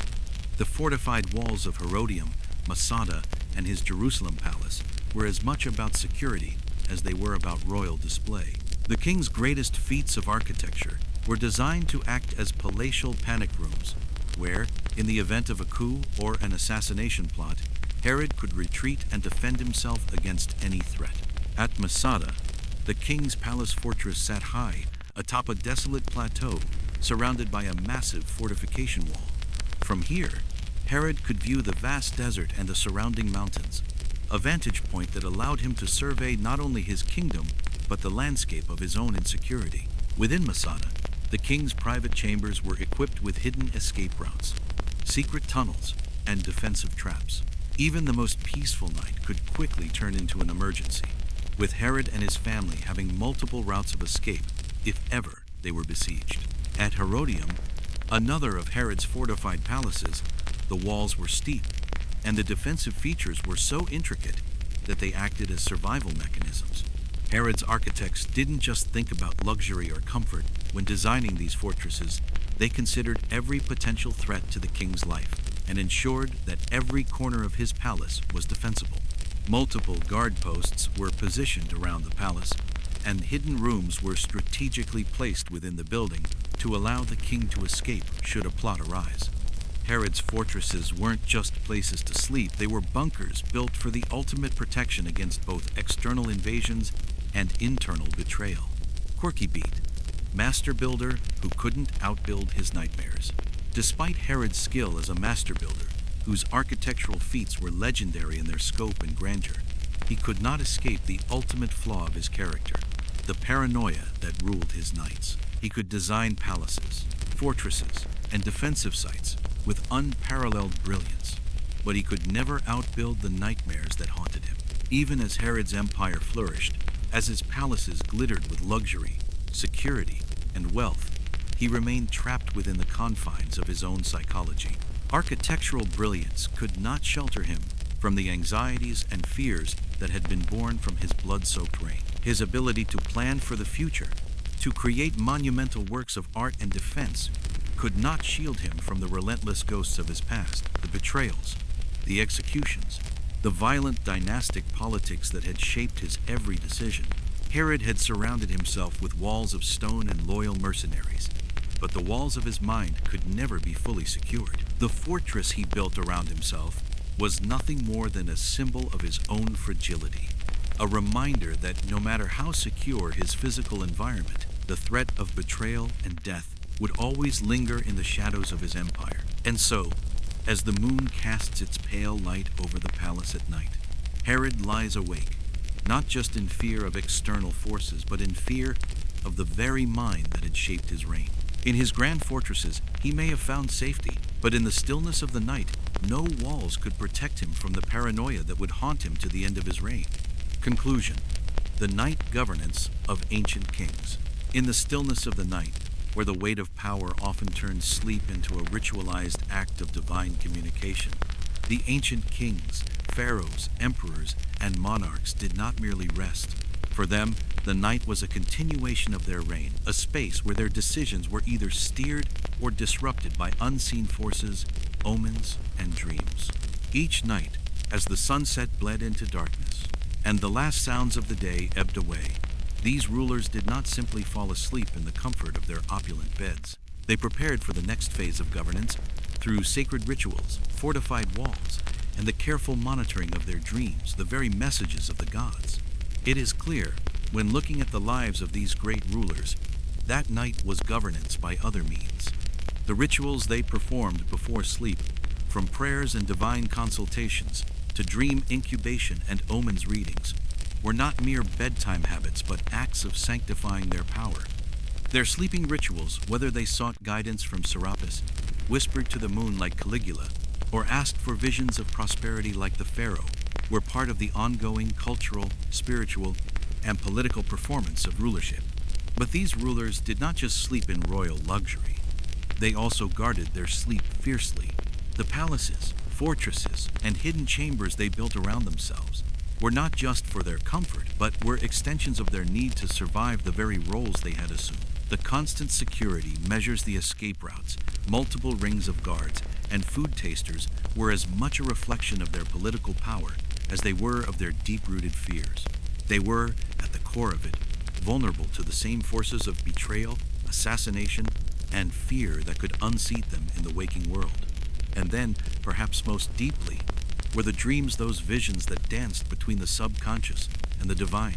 Whether through serene prophecies or nightmarish omens, these rulers relied on their dreams to steer their decision-making, validate their actions, and sometimes to reassure themselves that their rule was not only of this world, but sanctioned by the gods. Their nightly ventures into these dreamscapes were rituals of power, not just for guidance, but for understanding the very nature of their reigns.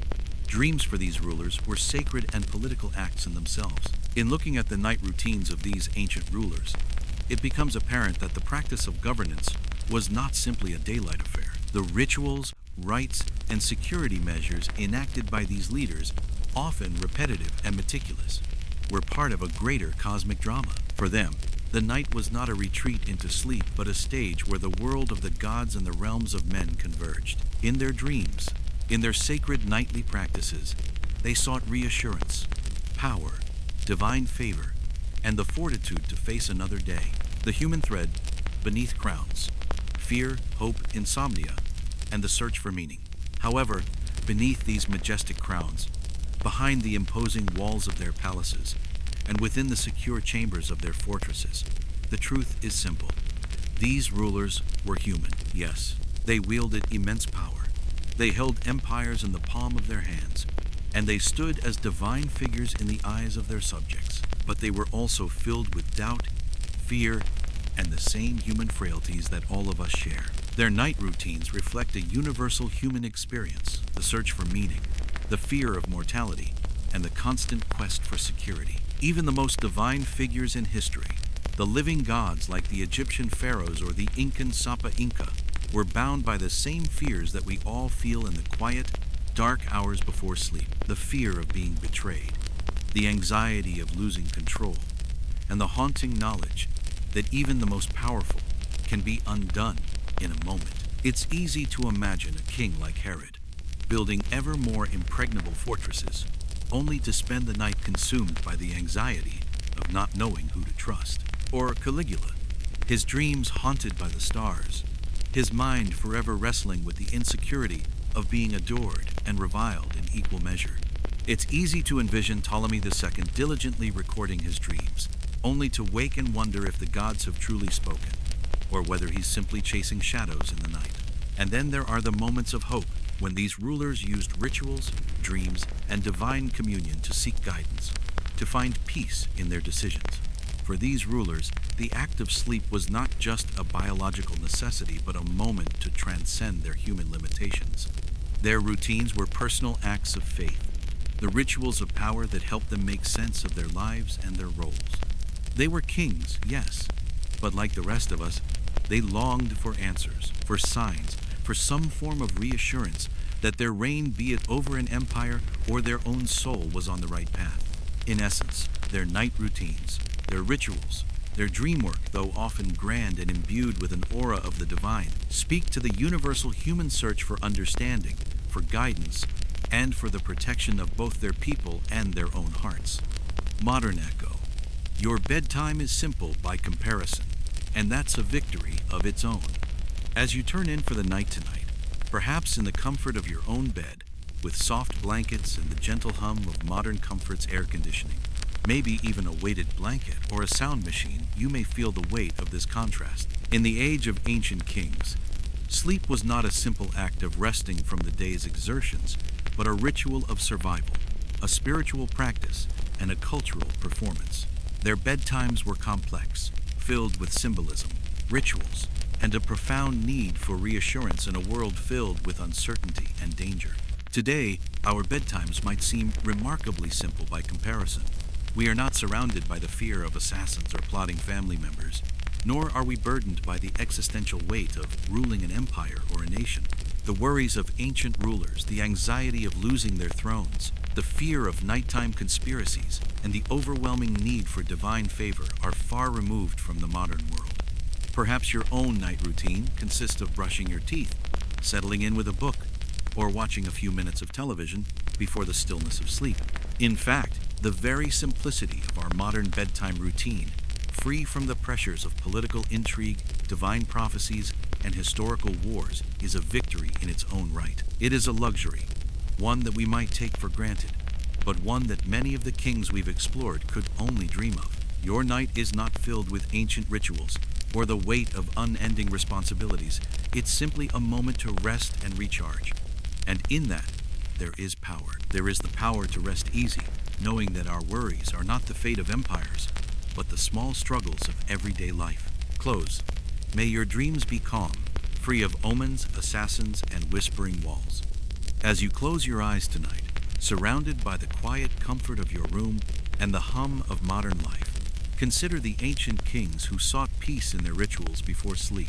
Consider the paranoia that filled their hearts, the dreams that haunted their minds, and the security they so desperately sought, only to discover that even the greatest palaces, the strongest walls, and the most loyal guards could not shield them from the human vulnerabilities they carried within.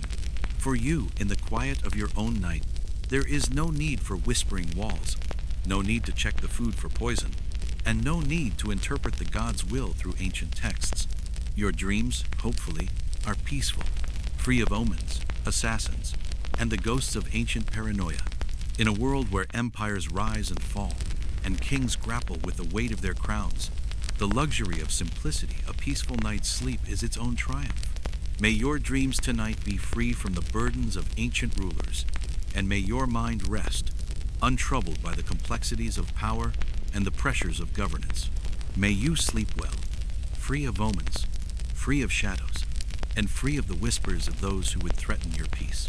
May your mind find solace, for you are not the ruler of an empire, but the ruler of your own dreams, and that, in itself, is the greatest victory of all. Good night.